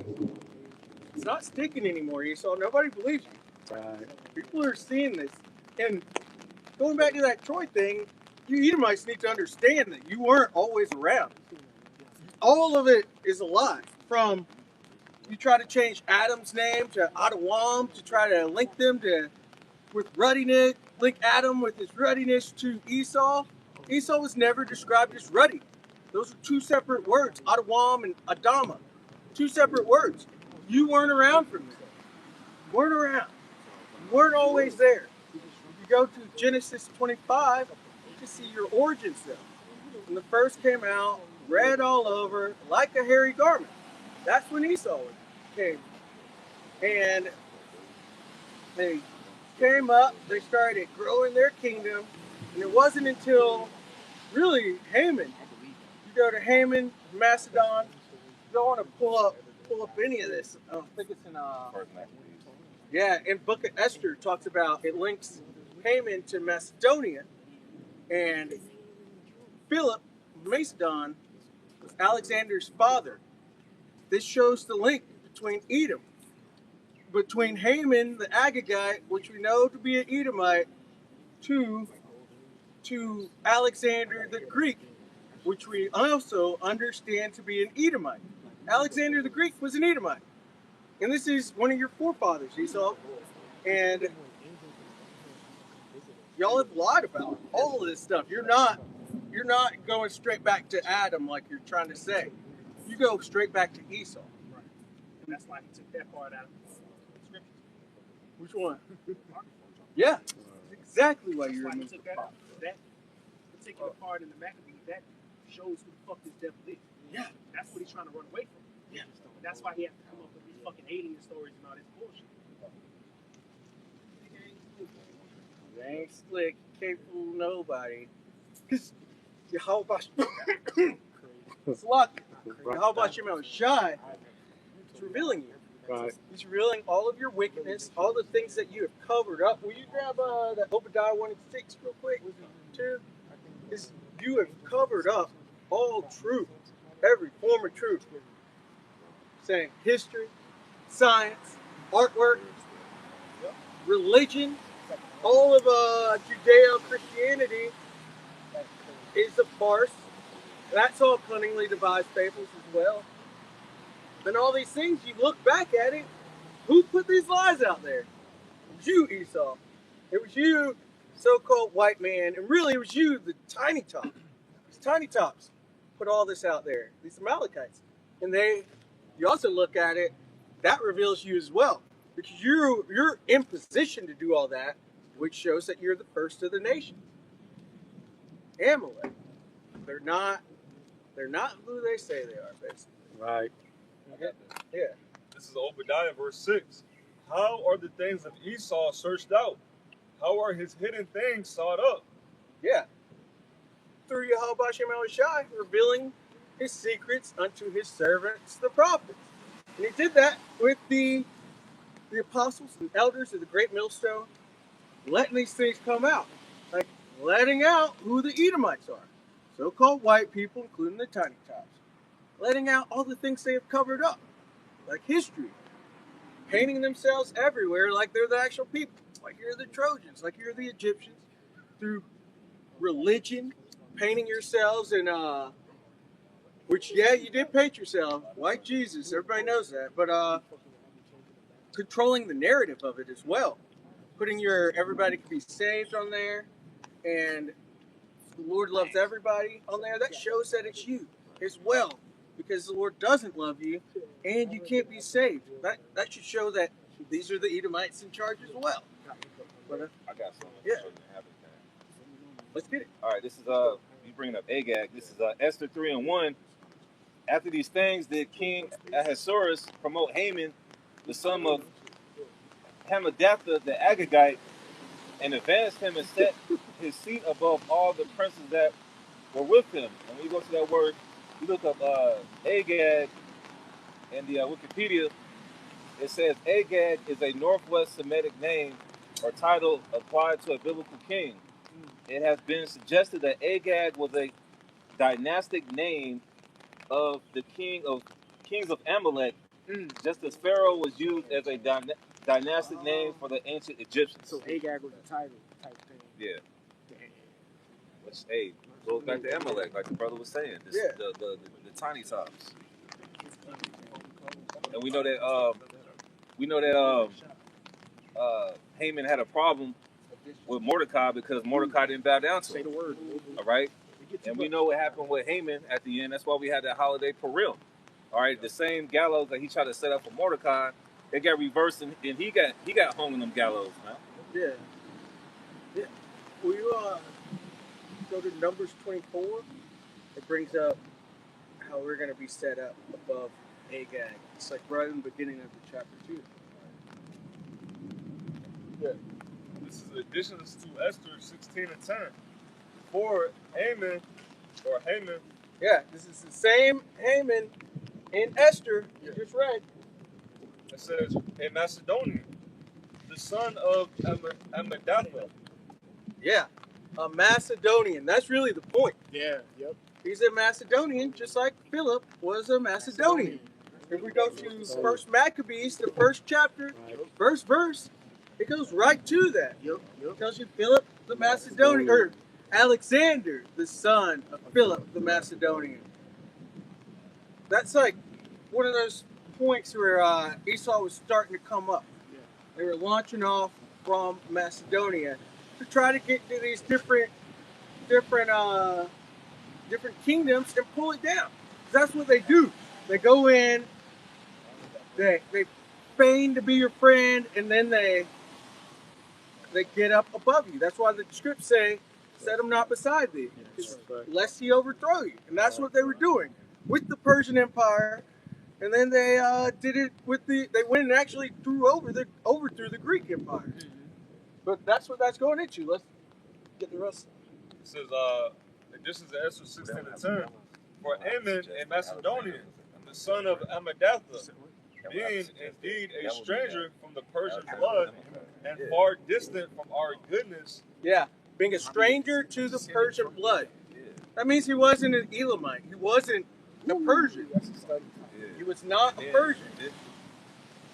But he got into the Persian court. That's how you have the Book of Esther. Haman got in. He tried to overthrow us. He tried to have us all hung on the gallows. But all that turned around onto him, and his whole family ended up getting destroyed or hung on these gallows. More on that? I'll finish it out. In far distant from our goodness, as a stranger received of us.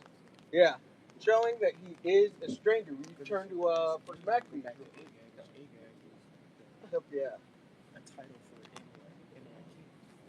for So I got it. Oh, you got it? For like, Yeah, one and one. First Maccabees chapter 1 and verse 1. And it happened after that, Alexander. Actually, hold on. Let's get this one first to link that Agag. All right, this is Numbers 24 and 7. He shall pour the water out of his buckets, and his seed shall be in many waters. Yeah, this is talking about Jacob. Jacob's got scattered to the four corners of the earth. Right. This is basically saying Jacob's gonna go smash a bunch of women all around the earth, and we're gonna be looking like this. Right. This is diaspora. Telling Right. you about. Right. Exactly. Numbers 24 and 7. He shall pour the water out of his buckets, and his seed shall be in many waters, and his king shall be higher than Agag, and his kingdom shall be exalted. Yeah, this king. So, right now, Esau is at the top of the world. Particularly, these Amalekites. They're at the top of the world. Right. In which, I'm not going to touch on that, but they're at the top right now. We're looking for the whole flip over, for the first to become last, and the last to become first. That's what it's going into. The Lord said He scattered us, He's going to gather us, and He's going to set us on high. Right. We're willing.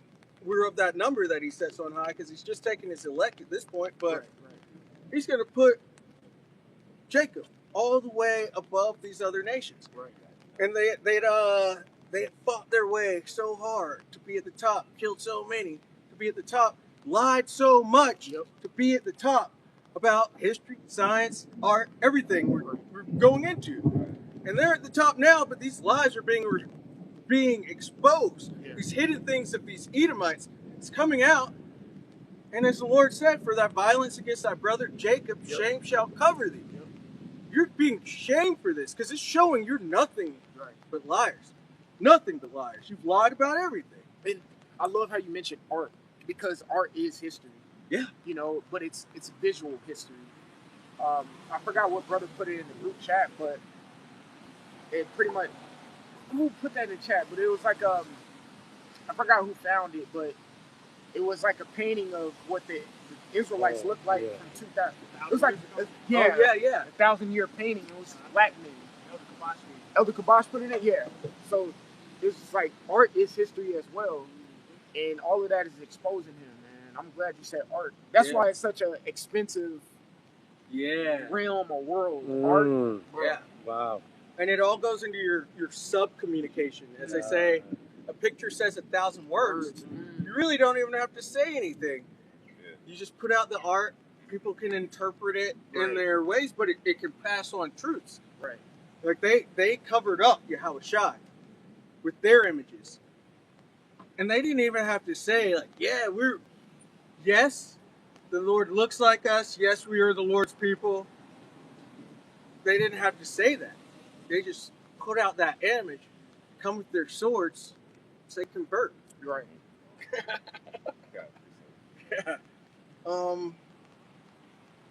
Okay, let's get it. All right, this is the same chapter. This is Numbers. This is Numbers 24 and 20. And when he looked on Amalek, he took up his parable and said, Amalek, tiny tops. These are these people that rule America right now. Right.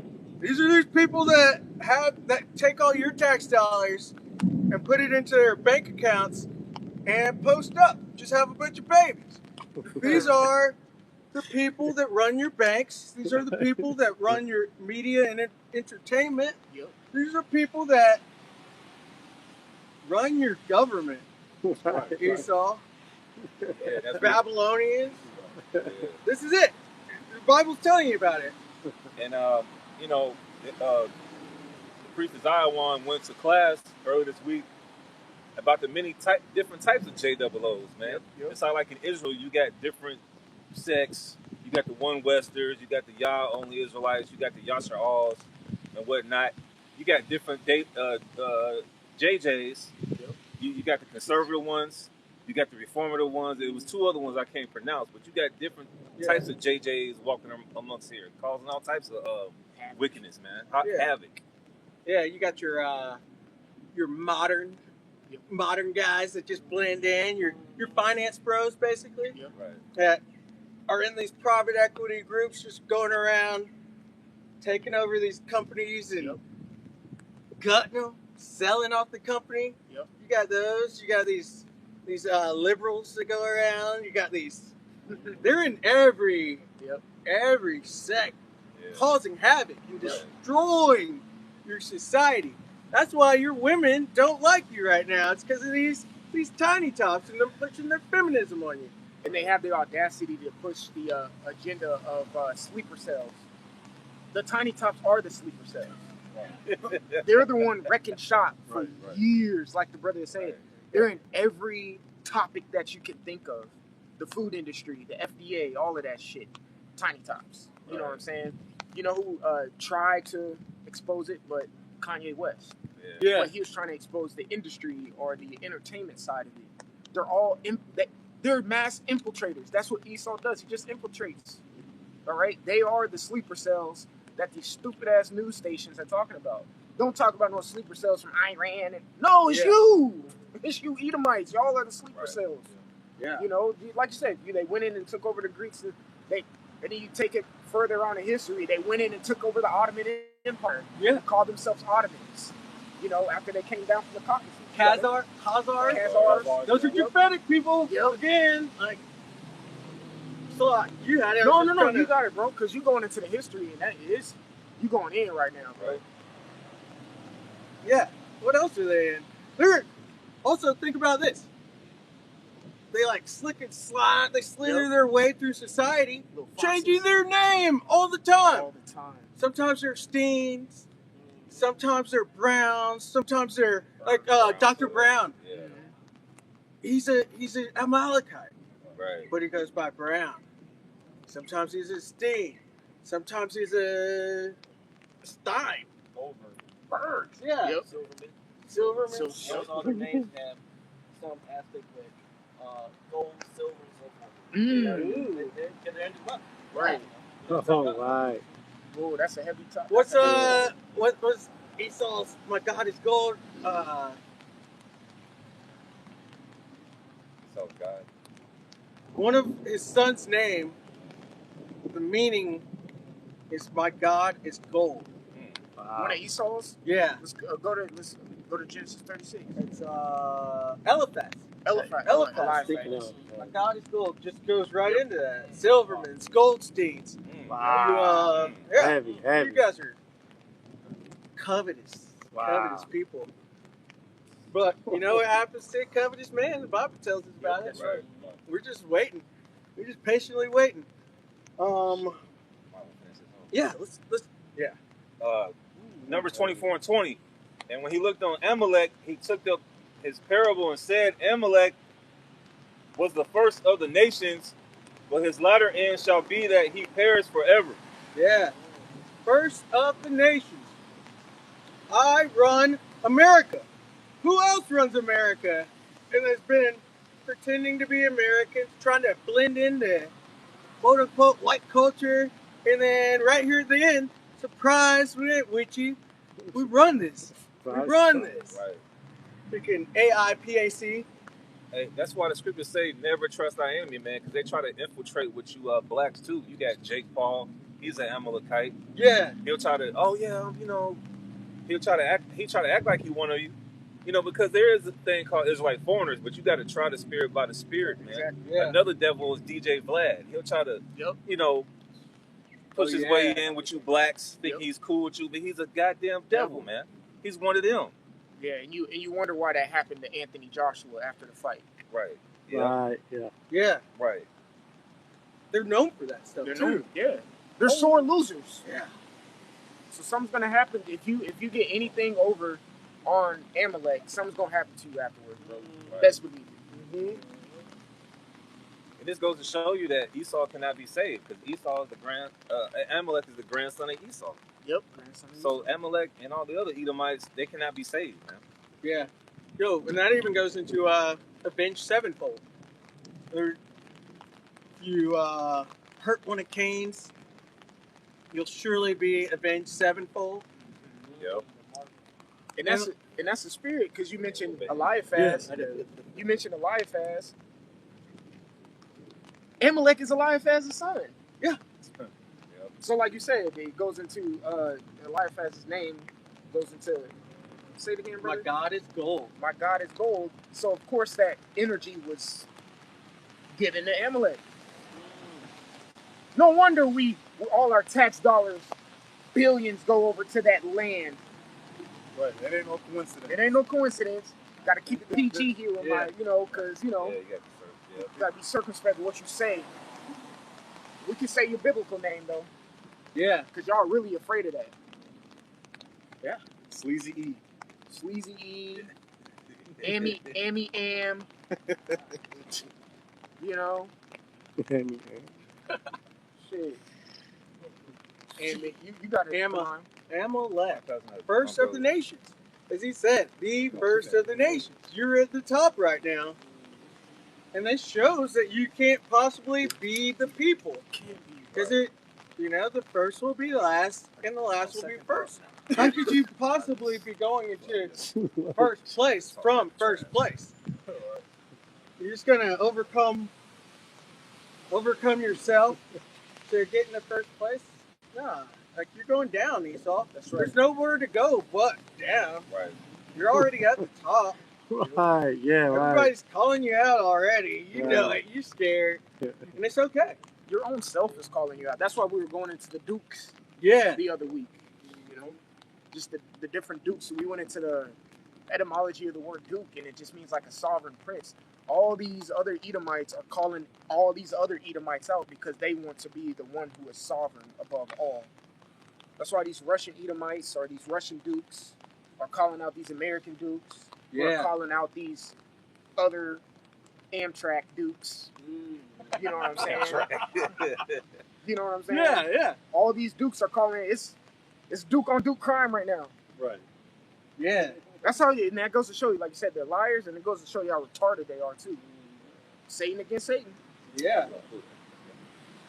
And this is also happened in the past. Because there's no new thing under the sun. Yep. Everything keeps on happening. You pull out that first Maccabees 1-1, because this happened in the past when you're after your great leader Alexander fell.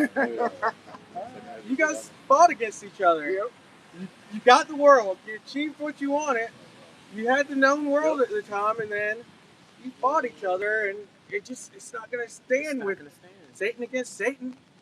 It's got in the book. You should know. It's just like 2nd Ezra, the 11th chapter. When you go down further in that verse, when it's talking about the year of the 3 emperors, 4 Yeah. emperors, where it talks about Vitellius, Otho, Galba, and then Vespasian came up after him.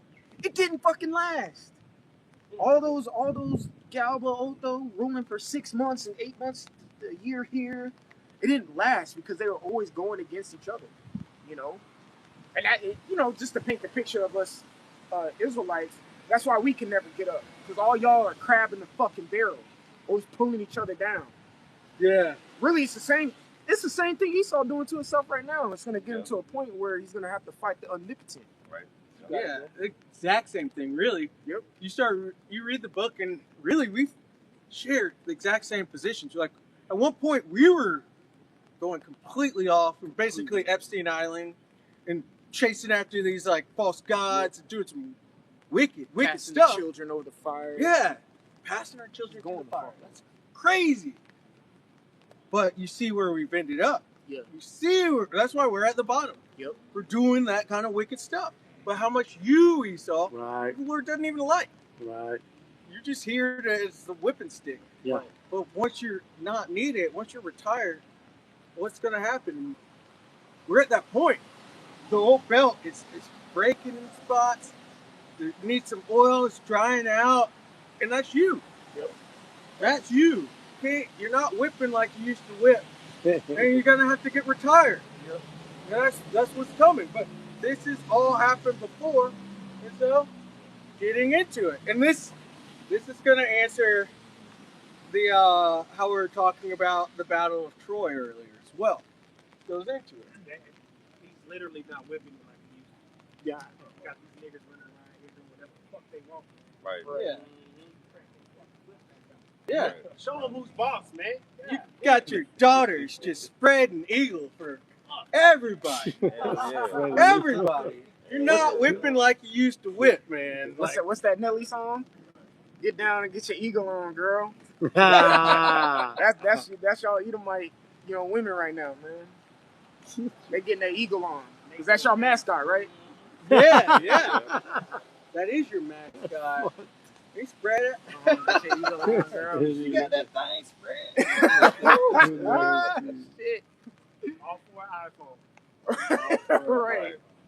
Bust it wide open for the iPhone 17. Bitch. Yeah, and then you put this great camera on it so they could just film their OnlyFans on there. Like, Exactly. Esau, you messed up. You let everything get out of hand. Yep. You let it all get away from you. But here, again, going back to First Maccabees, you're going to let it come out. But this is where you first took that power. And so let's go back to your origin story. This is the book of First Maccabees, chapter 1 and verse 1. And it happened after that Alexander, the son of Philip, the Macedonian. Yep. Philip the Macedonian, showing that link between Haman of Macedon and Philip of Macedon. These are all Edomites. Right. Alexander being their chosen one. They're anointed to come in and take the heathens down. It says, the Macedonian who came out of the land of Chittim had smitten Darius, the king of the Persians. Yep. Darius, the king of the Persians. So this is the translation of the kingdoms from one kingdom to the next. You got it? King of the Persians and Medes. King of the Persians and Medes. And earlier I mentioned that Europe was ruled by the Japhetic people, in which it was. You go back to Genesis 10, it starts going into that, and you always have people who want to say, yeah, the Edomites they're Japhetic because they're there. They were in Europe. No, this is that being translated. It says Darius of the Persians and the Medes. You go into that word Mede, it comes from Madai, which Madai was a son of Japheth. This is when Esau took over Europe, conquered the Japhetic people, pushed them out into the South Pacific. 800 years after the supposed Battle of Troy. 800 years after. This is when that happened. So no, they're not Japheth. And also, no, it wasn't white people that fought the Trojan War. These were Japhetic people, and it's just telling you when it happened. So no more of this. No more. And if I could say, you naysayers that say the Bible is fake and it's allegorical, it links up with history. Everything that the brother's going into, you can go to Daniel 7, Daniel 8, because these are actual wars. Like when the Greeks overtook the Medes and the Persians, that was in 330 BC, and it's prophesied that the leper will come up, which is Alexander the Greek. And when you go to that war, the War of Arbela, or they call it Gargamella, I believe it starts with a G, but the other one is the Battle of Arbela.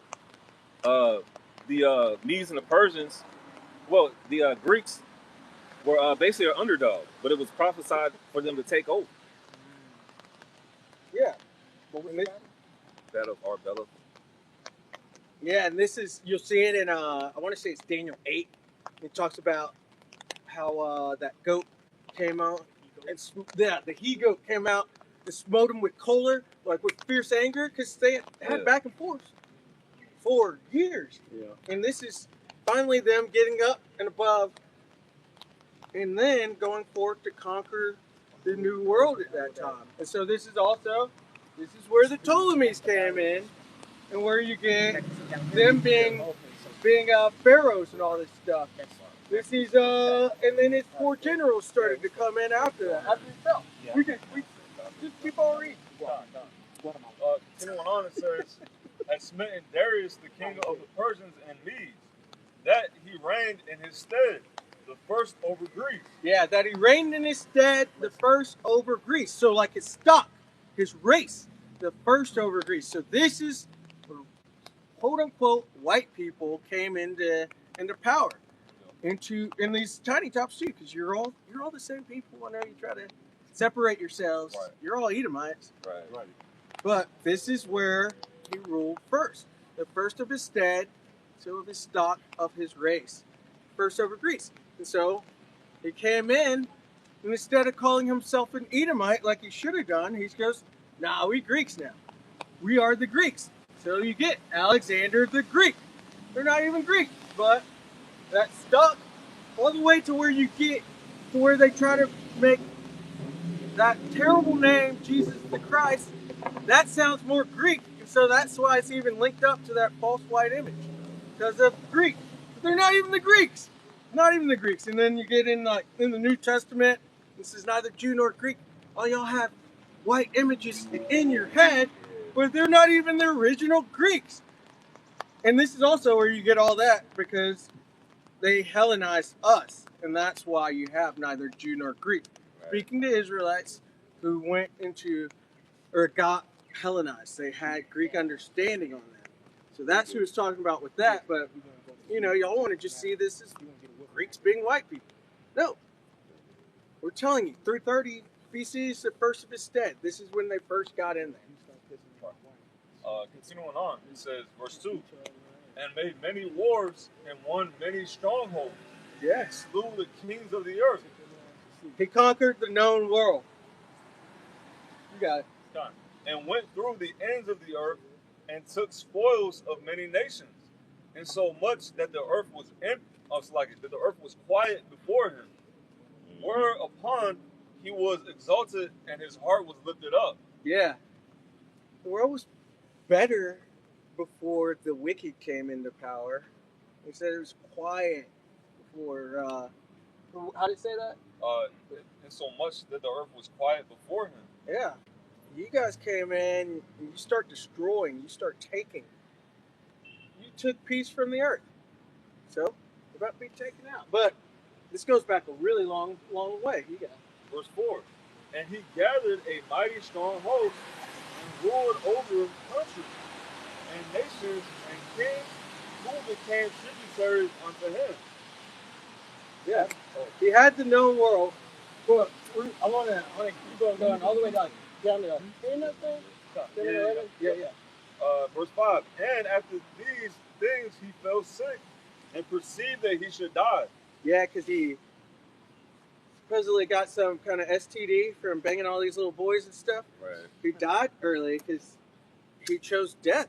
He chose sodomite ways. And they also said he was messing with that horse. Yeah. Right. Yeah, they said he had that same horse that he tricked that he was able to break that his father couldn't break. Yeah, I think so. He's messing with that horse. That's nasty. I wonder how he broke it. Yeah. Ugh. Fucking boat broke. See? Yeah, I don't wonder how he broke it, but yeah. You know what I mean. They say that's how syphilis spreads. That's what animals. Bestiality. Bestiality, man. That's all. Wow. And this is the greatest Edomite of all time. That's crazy word. Yeah, right. Yeah. This is who you think call the great. You think about our champion and then their champion. It's like, yeah, your champion doesn't stand a chance. Our champion is Yahushua. Yeah. Right. Man. It's twisted, man. It is twisted. Like, I'm still thinking about it. Just like, man. Because all your mighty men, even in today's arena of sports, if they're Edomites, they do nefarious acts like that, man. They do. Yeah. And it's being put out to the general public. Everybody knows about that EP list. Everybody knows about it. And this is your elite that do this. And they push people into doing this, and then they try to record it and all these things. And these are your elite. And it's just one sector of your elite that do these things. But, yeah, this is why the earth is in such poor case. They're in a defiled position because you got a defiled people ruling over the entire earth. Absolutely. It's crazy. Crazy. it is crazy. Salakia, brother, because you're going in. I sometimes got to chime in, but like, it is crazy because when you actually study the blessing that Esau has, it's a great blessing. And for what you've done with the blessing that the Lord has given you, it's like you really fucked it off. You know what I'm saying? Like having the blessing that he had, that was really a good. And on top of that, it was a blessing that Isaac almost kind of like conjured up. He's like, I don't got nothing for you. And then, but here you go. Yeah. You know, because he said, I gave the blessing to Jacob though, so I really got nothing for you, bro. But he sought it carefully with tears and ended up getting this blessing. But his blessing is fire. Yeah. Oh yeah. It's really good. But it's just the individuals who using it just fucked it off, man. Yep. Fucked Yeah, I it remember like reading the book for the first time, and even before the truth movie, and being like, "Oh yeah, the blessing of the sword. That is bad." It's like I want the blessing. off. Like that's Fatness of the earth. yeah. Like, That's pretty cool to me. Yeah. You actually could have set yourselves up to be number 2 in rulership too if you were better to your brother, but for thy violence against thy brother Jacob, shame shall cover thee. that's right. And so we're here letting out your secrets, man. They're accustomed to doing evil. They couldn't do anything good with that blessing. They couldn't. Couldn't. Like you said, it's impossible for them to do good. Yeah. Yeah. You're completely left. You're completely on the left side. So yeah. Continuing on, verse 6. Wherefore he called his servants, and like such as were honorable, and had been brought up with him from his youth. Yeah. He called his servants, his generals. Go to Google even, or go to any history book, and you can see his main generals. That's who this is speaking of. So you have 4 main generals. You had the Ptolemy. You had Ptolemy. I shouldn't say the Ptolemy, but you had Ptolemy. You had Lysimachus. You had Cassander, and you had Seleucus. And they ended up splitting into 4 pieces. You had north, south, east, west. They all took a piece. You know, they can't rule together, so they ended up having to take some from each other until you eventually just had the north and the south with Ptolemy and Seleucus. But that's who this is speaking of. It says, Yeah. It says, had been brought up with him from his youth, and parted his kingdom among them while he was yet alive. Yep. So Alexander reigned 12 years and then died. Oh, it just made me think of in Job 20, it talks about how his bones are full of the sin of his youth. Go back here. This is massive death that came out.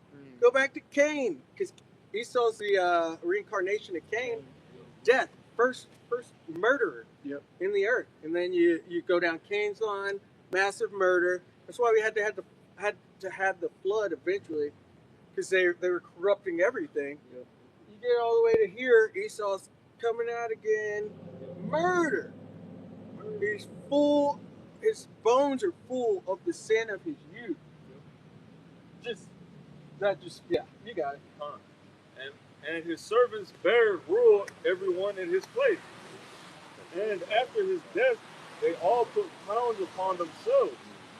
So did their sons after them many years. Dukes. Yeah, these are the dukes. These are the dukes. And this is them coming into power. So they weren't just the Dukes of Edom anymore. Yeah. It's over the whole encompassing, whole known world at this point. But that wasn't even the fulfillment of his blessing, because it had to all fall, rise up again. You know that because they call it the Greco-Roman Empire.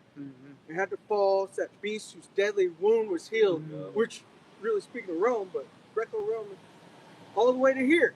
And this is actually the full fatness of the earth. Because we're in a globalized world now, and their westernization has taken effect all around this earth. And this is the fulfillment of the fatness of the earth, and that ICBM, that nuclear weapon, that is the power of the sword. It's all about to eat them. It says, and evils were multiplied in the earth. Why? Why would evils be multiplied in the earth when people take over. They just got blessed to take over the whole known encompassing or known earth, known world. Why would evils increase? Right. Malachi 1 and 4. Mhm. Job 9 and 24. This is the wicked. These are the wicked of the earth. And when they come into power, they push their wickedness. They push their evil. It says, as the king, so are the people. You have a wicked, evil king, the people get corrupted too. It's like what do they call it?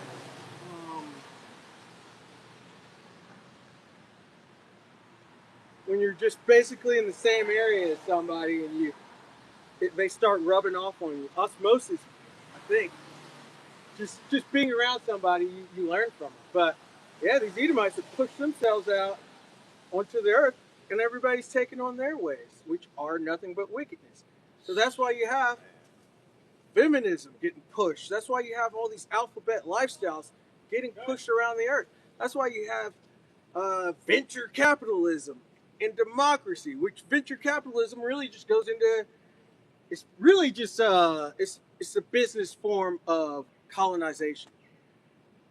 You got just everything's equal because you got the evil, the wicked ruling the earth. Right. But things are about to be switched. That's why we want the first to be last and the last to be first, so this world can rule in righteousness. Right. Verse 10. Yeah. Verse 10. And there came out of them a wicked root, Antiochus, surnamed Epiphanes, son of Antiochus the king, who had been in hostage at Rome, and he reigned in the 137th year of the kingdom of the Greeks. But yeah, just going into this is them coming into power. Right. First. This is them coming into power, and guess what else? This is where these lies started to spread. You jump over 2 chapters. Chapter 3 tells you about how they took our books and painted themselves into the imagery. Their iconoclasm. This is when this first came out. This is the first head of the 7-headed dragon. Yes. This is where they got their power. And he's saying that when you go into Revelation, it talks about that beast with 7 heads, 10 horns. This is the first of those 7 heads. I'm saying the Greco-Roman Empire, so Greece, and then they got into Rome, because Rome was also ruled by the Japhetic people. They got in, got sat next to, and then they overtook them. Greece, Rome, you had Germania Major, you had Germania Minor, and then Spain, France, Britain, and then eventually America came, which that goes into 8, but still, this is the beginning of Esau coming into power. This is the beginning of that beast. But no, that's it on that. Yeah, let's Just going into the 4 generals. The angels? This is We're gonna go to the angels? Oh yeah. This is from the Wikipedia, the Wars of the Diadochi. The Wars of the Diadochi, also known as War of the Crown Princes or Wars of Alexander's Successors, were a series of conflicts fought between the generals of Alexander the Greek, known as the Diadochi, over who would rule his empire following his death. The fighting started in 322 BC. The crucial battle of Ipsus was fought in 301 BC. The battle of Carupadium in 281 BC. And the struggle over Macedon was concluded in 272 BC. So that goes into Esau being divided amongst themselves, man. All right, there's no new thing under the sun. We're just seeing it being made manifest in the last days, man. He's always been divided amongst his people. Right. Yeah, we just went into it with the beginnings of the Greek Empire, and his 4 generals ended up going after each other, and this is all going to happen again with these times that we were in. You should be able to see that Esau is divided. Right. Esau can't stand Amalek. Amalek can't stand Esau. Left can't stand right. Right can't stand left. There's all these different socioeconomic classes that they've created amongst themselves. These different ideologies, all these denominations of religion that they have. And they have ruled through divide and conquer, which these are all pits that they dug for the other nations, but this same pit that they dug, they're about to fall right back into it. Right. Silly Esau. Silly dummies. But one last point before we switch on to the or Lord willing switch on to these the host up high. But also with the Trojan War, we know that Achilles was of the Spartans, and we know the Spartans fought in this war of or this Trojan War, but the so-called Spartans, really, when you go into history, they were always called Lacedaemonians. They're in the book, and they are related to Israelites, and it tells you in the Maccabees that we are related to them. But you go into the Israelites. Israelites are dark-skinned people. It tells you Judah mourneth, in the Geser of language, they are black unto the ground. That word goes into Kedar, which is going into skin color. Esau, I know you try to say, oh, it doesn't mean that. Yes, it does. It does mean that. And the Lacedaemonians are related to the Israelites. I can't tell you exactly where. It tells you that they are. I got you. Let's get it. Let's get it before we go too far. First, straight to the point. First Maccabees 12 and 27. It is found in writing that the Lacedaemonians are Jews or brethren, and that they are of the stock of Abraham. Yes. The Lacedaemonians. You see the Spartan shields? You'll see a big, it looks like a V, but it's really supposed to be for Lacedaemonian, big L. But those are Israelites. Those are dark-skinned people. You had that whole movie, 300. Those were dark-skinned men fighting in that battle. That battle of Thermopylae, hot gates. I used the gift today, or whatever. When the brother said it was raining, I put Leonidas in there. Yeah. It's the spirit. And we'll prophesy in the shade. But yeah. Those were Jakes. Those were Jakes. And I also want to say, it says, how did it say it? Related to Abraham? I read it again. Yeah. First Maccabees 12 and 21. It is found in writing that the Lacedaemonians are Jews or brethren, and that they are of the stock of Abraham. Yeah, it says of the stock of Abraham. And it said brethren. I believe that was way closer than just Abraham, because we have many enemies come out from Abraham. We got the Ishmaelites that came out. Right. You've got Esau as well, our greatest enemy, came out of Abraham. You know, and Rich Man and Lazarus says, Father Abraham. Because they came out of Abraham too.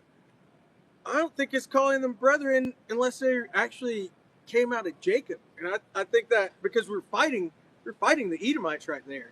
So I think that was a lot closer than even that. But that's besides the point. Just trying to say these are all dark-skinned people. Back there, if you go into the Bible, it should tell you, stop being so butthurt, Esau. That wasn't you. That wasn't you at all. And so it's actually a lot closer to have Lupita Nyong'o as Helen of Troy, because she was dark-skinned. It would have been a dark-skinned woman. Wasn't no white woman. And I even hear them try to be like, look at their art. You go back to Minoan art, they depicted the women as like porcelain looking, and the men is darker skin, or darker. But that was just to show gender. That's a gender difference. So go into, you should try to understand art a little more. That didn't, just because they were depicted as white in the imagery doesn't mean that they were actually white. Those were brown-skinned people, dark-skinned people from back then. It wasn't you, Esau. You lied. And this is, Yashma brought it up earlier.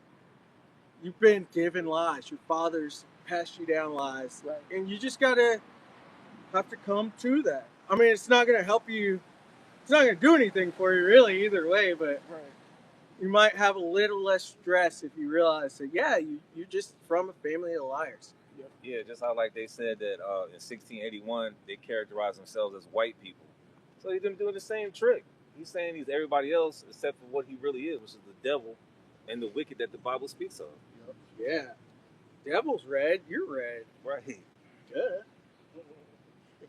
Like even Edomites will say like the Hasmoneans were like Edomites, but you go into the Hasmonean dynasty, John Hyrcanus and all of that. Yeah. They go all the way back to Levi. Yep. I'm talking about Levi in the Maccabees, who was one of the brothers of the Maccabees. Yeah.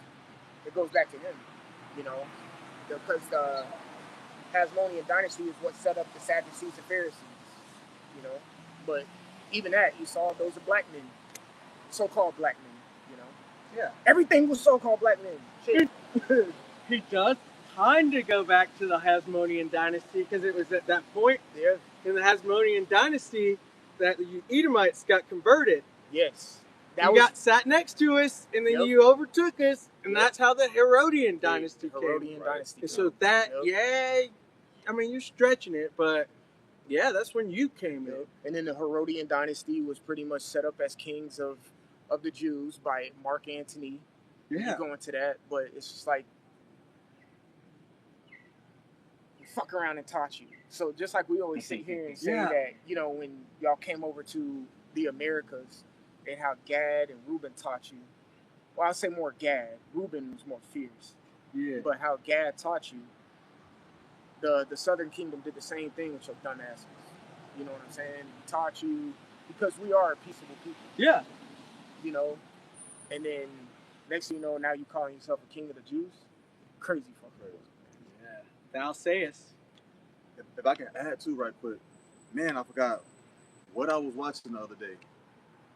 You was there too, Kabar, but it was a video I was watching where the natives too, they was actually adopting and Edomites into their tribes. I can agree too, not necessarily more so Gad. Yeah. I mean more so Reuben, but it was Gadites. Yeah.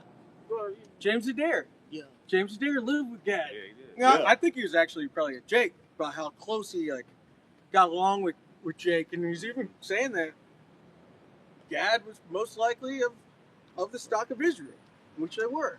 But yeah, we're a peaceable people. I just went to DC a couple weeks ago, and I went in. I had to see all the Smithsonians because those are tight. They are. And I went to the Gadite Museum, and they had a whole section in there to Pocahontas. I even went to Calvert Cliffs State Park. It's like where John Smith kind of pulled up on these cliffs and stuff. Found a bunch of cool stuff in the sand. But went to that Gadite Museum, this whole spot for Pocahontas. It starts going into how she was actually just going down there and feeding you guys, giving y'all food, bringing you food as a child. And then as soon as she got ripe, you stole her and you put yourselves into her and gave her all sorts of diseases, and she died at like 21, 22 or something like that because of how you treated her, which she shouldn't have been doing that in the first place. Right. But that's how you repay people that do well unto you. Yep. That shows it right there. And then you pretend like you're the heroes and good people out of this, make Disney movies about it. Right. But that's a tragic story right there. Play victim and shit. Yeah. She's the victim, really, because she tried to help you, which was dumb, but still, Esau, you got a lot to pay for. You were helped, and you got pulled down. But yeah, I want to switch it up and start talking about another one of your lies, Esau, which are the angels that you call aliens. It's a big fat lie. Right, yeah. So None of that is true. Yeah, so And it's blasphemy as well. Like you're telling the world that the chariots of Yahweh B'Shem Yahushai are actually foreign entities or aliens, and that they want to make war with this earth. Also, you could get people to fight the Lord. Yeah, that's blasphemy. That's crazy. You're telling people that the vehicles of the Lord are tangible. You can't touch them. You know, it's an energy, it's a spirit. You can't touch him. Like, another way you could tell he's a big fucking fat liar, that stupid moon expedition just recently. Right. There would be no way, if the Lord allowed you to go to the moon, there would be no way those astronauts would have came back. One, they would have got burnt the fuck up on the surface of it. Two, if the Lord still allowed them to live on the surface of it, the angels would have fucked them up there, because we understand Sirach, the 43rd chapter, where it says the moon is the pretty much the station of the armies of the Lord. So if they're going to the moon, that means they are trespassing.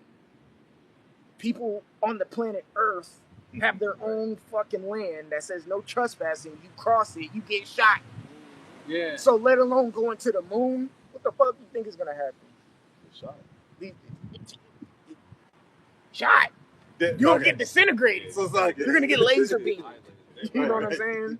You're gonna get laser beamed. So there would be no way that this black ass nigga who you claim went to the moon would have been back here to be like, yeah, I went to the moon. Yeah. It's a fucking lie, man. I'm a Negro. I went to the moon. And only the boomers believe in the moon landing. Right, Yeah. right, yeah. Because even so, the feedback that those astronauts got, no one believes that shit right now. Yeah. Did you see, like, he put out all these, you had all these keyboard warriors he put out to try to Offset it? counter, to try to offset all this. Even YouTubers. They were pushing out YouTubers that are just set up from on high to, or like Esau's on high. Industry plants. Yeah. So they're like, we all know about the Van Allen belt at this point, that it's just a radiation belt to basically keep you in, Esau. You got bounds you cannot pass. But you try to tell people, yeah, I can pass these bounds because you think you're a god. Right. But you're not.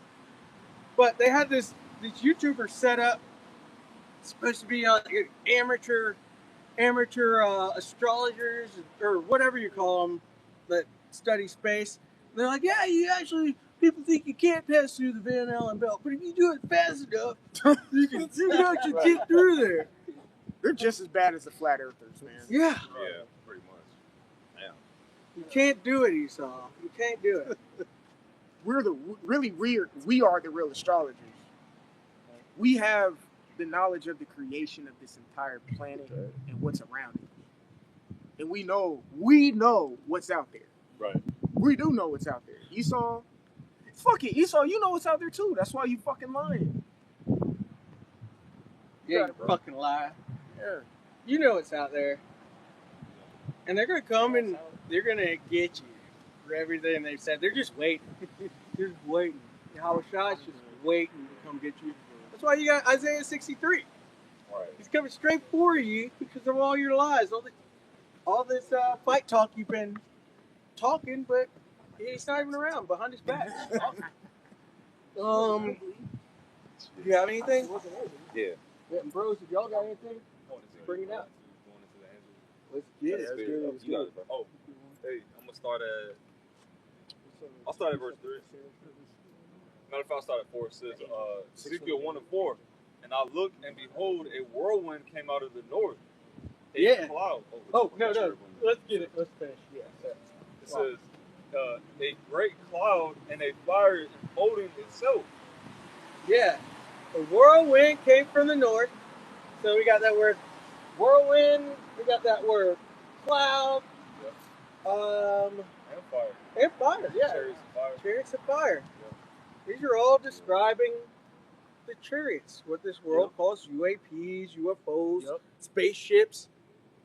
The book tells us that he makes the clouds of chariot. Yeah. Or the chariots? Yeah. Clouds of chariots are closely linked. Psalms 104 and verse 3. They're completely. Actually, we grabbed that just to take away the confusion. What did he say? Psalms 104 and 3. But yeah, these are the angels. And really, everybody has read Ezekiel, the first chapter, or people that have read it. And you kind of think like, oh, are these spaceships? Yeah, these are spaceships that he's speaking of. You hear regular Christians say that these are spaceships. Well, these are probably spaceships, but they still don't link the clouds together with Yahweh. Yeah, it's like people don't use critical fucking thinking, man. because the scriptures are describing the chariots of the Lord as things you can't grab. You cannot grab a cloud. Yeah. All right? You can't grab it and take it. Therefore, you can't blow it up. Right. Esau, you can't blow it. That's crazy. You think the mass power that a ICBM nuclear missile has, if you shoot it right at that cloud right there, it will not blow it up. It may disperse and then reappear. There's nothing you can do about it. Fire in the Hebrew, arch, all right, which literally a cloud is Shemayim. Yeah. It's the waters. Yeah. You can't do nothing to it. That's why it's describing it. Grab some fire. I fucking dare you to. First off, you're not gonna grab it, and you're gonna burn your fucking self. And then also too, you're in Ezekiel 1? Yeah. Hey, and when you go into read the blue letter definition of the word fire, which is ash in the Hebrew, it says supernatural fire. So you can't touch it. That's why the scriptures are explaining it like that. Ezekiel's explaining it the best way he can. Yeah. You can't explain something so divine. Whirlwind too. Whirlwind.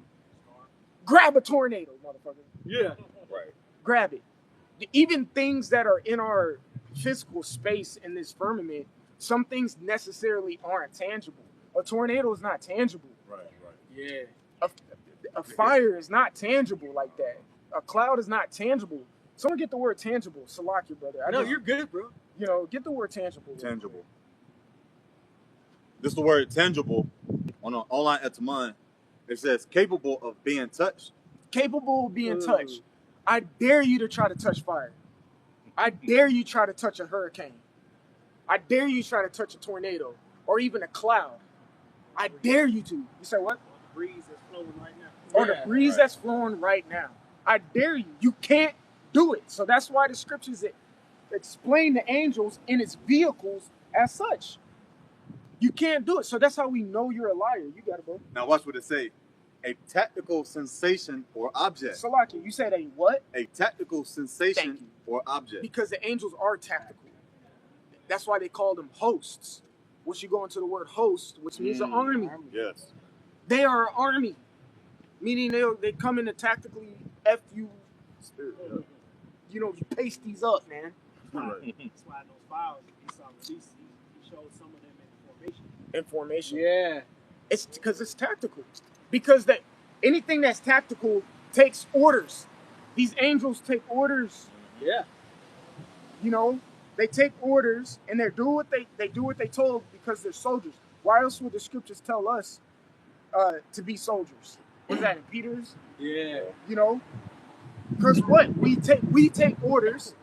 We stand in formation as we're doing right now. That's why we call it. We set the line. We have someone at post holding post there, someone holding post here. We have our order with the speaker readers because we're soldiers. And there's a fucking order that we stand by. Not effing order, Salaki. There's an order that we stand by. And you Edomites are out of order, and you're going to get tactically dismantled by these angels who you claim are tangible. They're not tangible, bro. And we even earlier it got brought out. Was it cunningly devised fables? Esau has fables to where he tries to say he can grab all these things. Yep. Right. Like I forget who it was. It was some Wild West character, like Buffalo Bill or somebody. He lassos a tornado. Yeah. And that's part of it. And this goes into your fables that you've been building up for years. There's that's the book of Titus too. Not giving in to Jewish yeah. Fables. That's right. Yeah. Put this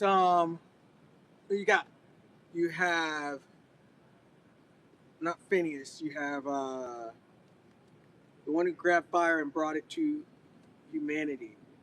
Prometheus. Thwada. Prometheus. Esau loves Prometheus. You'll see he puts it into different things. Right. And this is but Prometheus is that so-called god that took fire, and goes back to the Greeks, took fire from the gods, brought it down to humanity, and this is supposedly what put humanity onto the track of being what we are. And then Prometheus got he got chained up by Zeus. He's an immortal, and they just have eagles coming and eating his intestines every single day because it grows back because he's a immortal. But the point being, you've got somebody that grabbed fire in your mythology, and somebody that lassos a tornado in your mythology. It's all mythology.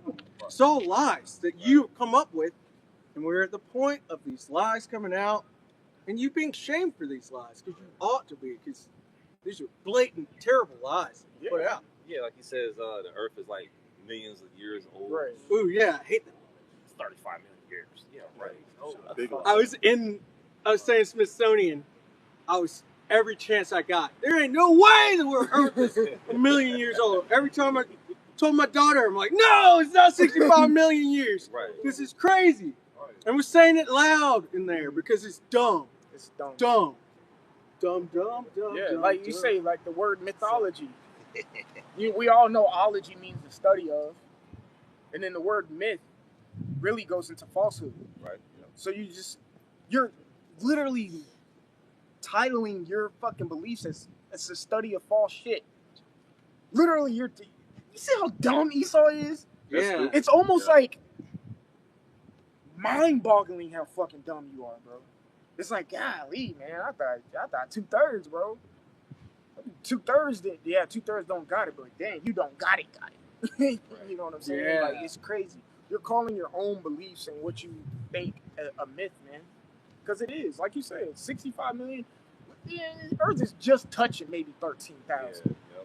Maybe 12, 13, 14,000 years old, man. Right. According to the scripts. 1,000 years like a day unto the Lord. And then Salaki. Like the scriptures say in Psalm the 90th chapter, it says 1,000 years is as but yesterday to you. Yeah. You know, you got it. And look what he's done. If the Earth is what? Yeah, you said roughly around 13,000 years. Look what he's done in this short period of time. He's totally destroyed the Earth in a short period of time, man. Right. I got that precept. Crazy. That's Psalms 104. It's so easy. Psalms 104 and 3.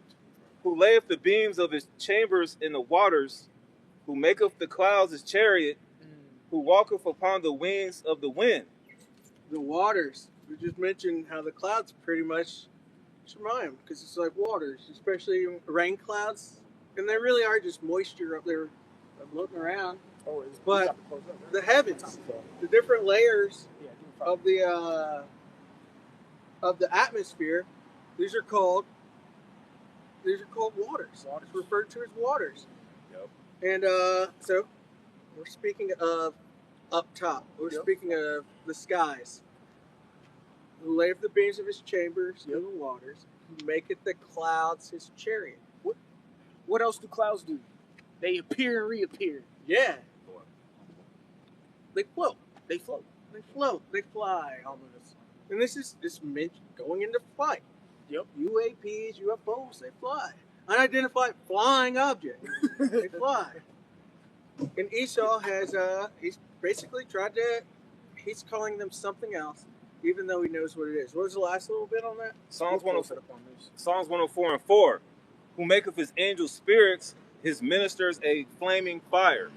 Who maketh his angel spirits. So, showing the pilots of these vehicles, these heavenly vehicles, the pilots that we were talking about, that Esau tries to call praying mantises, tall Edomites, reptilians, these lizard men, and then little gray tadpole men in suits. No, these are the angels. These are the angels. We're trying to get into it, but yeah, these are the angels of the scripts. Real quick? Yeah, I got real quick. Okay. So Psalms 18 and 10, it says, and he rode upon a cherub and did fly. Yea, he did fly upon the wings of the wind. Showing Clouds fly. Clouds fly. And this is it. That's what it is. That's what a UFO is. That's what a UAP is. Wouldn't your stress levels drop by just accepting that these are angels? Mine did. I say it all the time. I was terrified of aliens and UFOs. because it makes sense. It's like, well, shoot, something's got to be out there. Yeah. And it's the angels.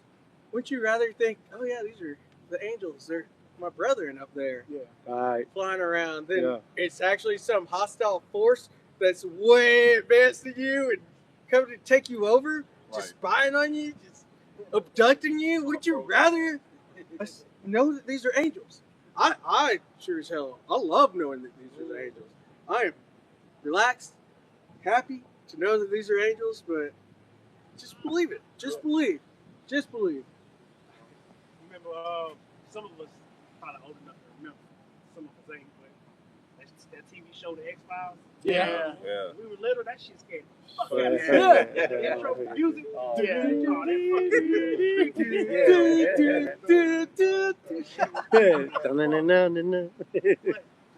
add to your point, though, Esau, he does that shit to kind of put fear in people about alien beings out there. And ultimately, like you said, they're just angels.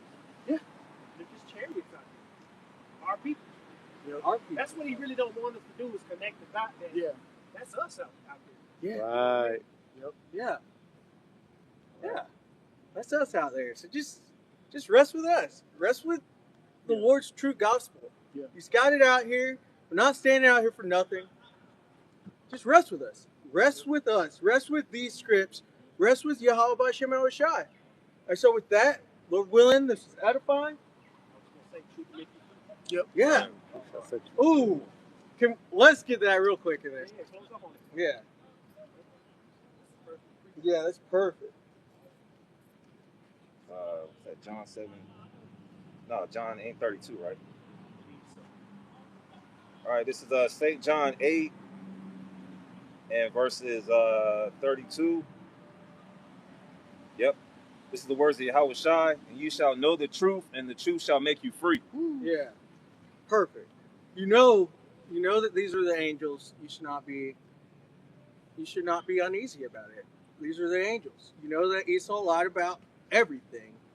You should be resting with the truth, or else you're just going to be confused out here and fearful in these times that are coming, because this is a great time of trouble such as never been before in the whole history of the earth. And so, Lord willing, this is edifying. We'd like to give all glory, all praise, all honor to Yahweh. Double honors to the elders and apostles of the great millstone. Shalom to the elect of Israel.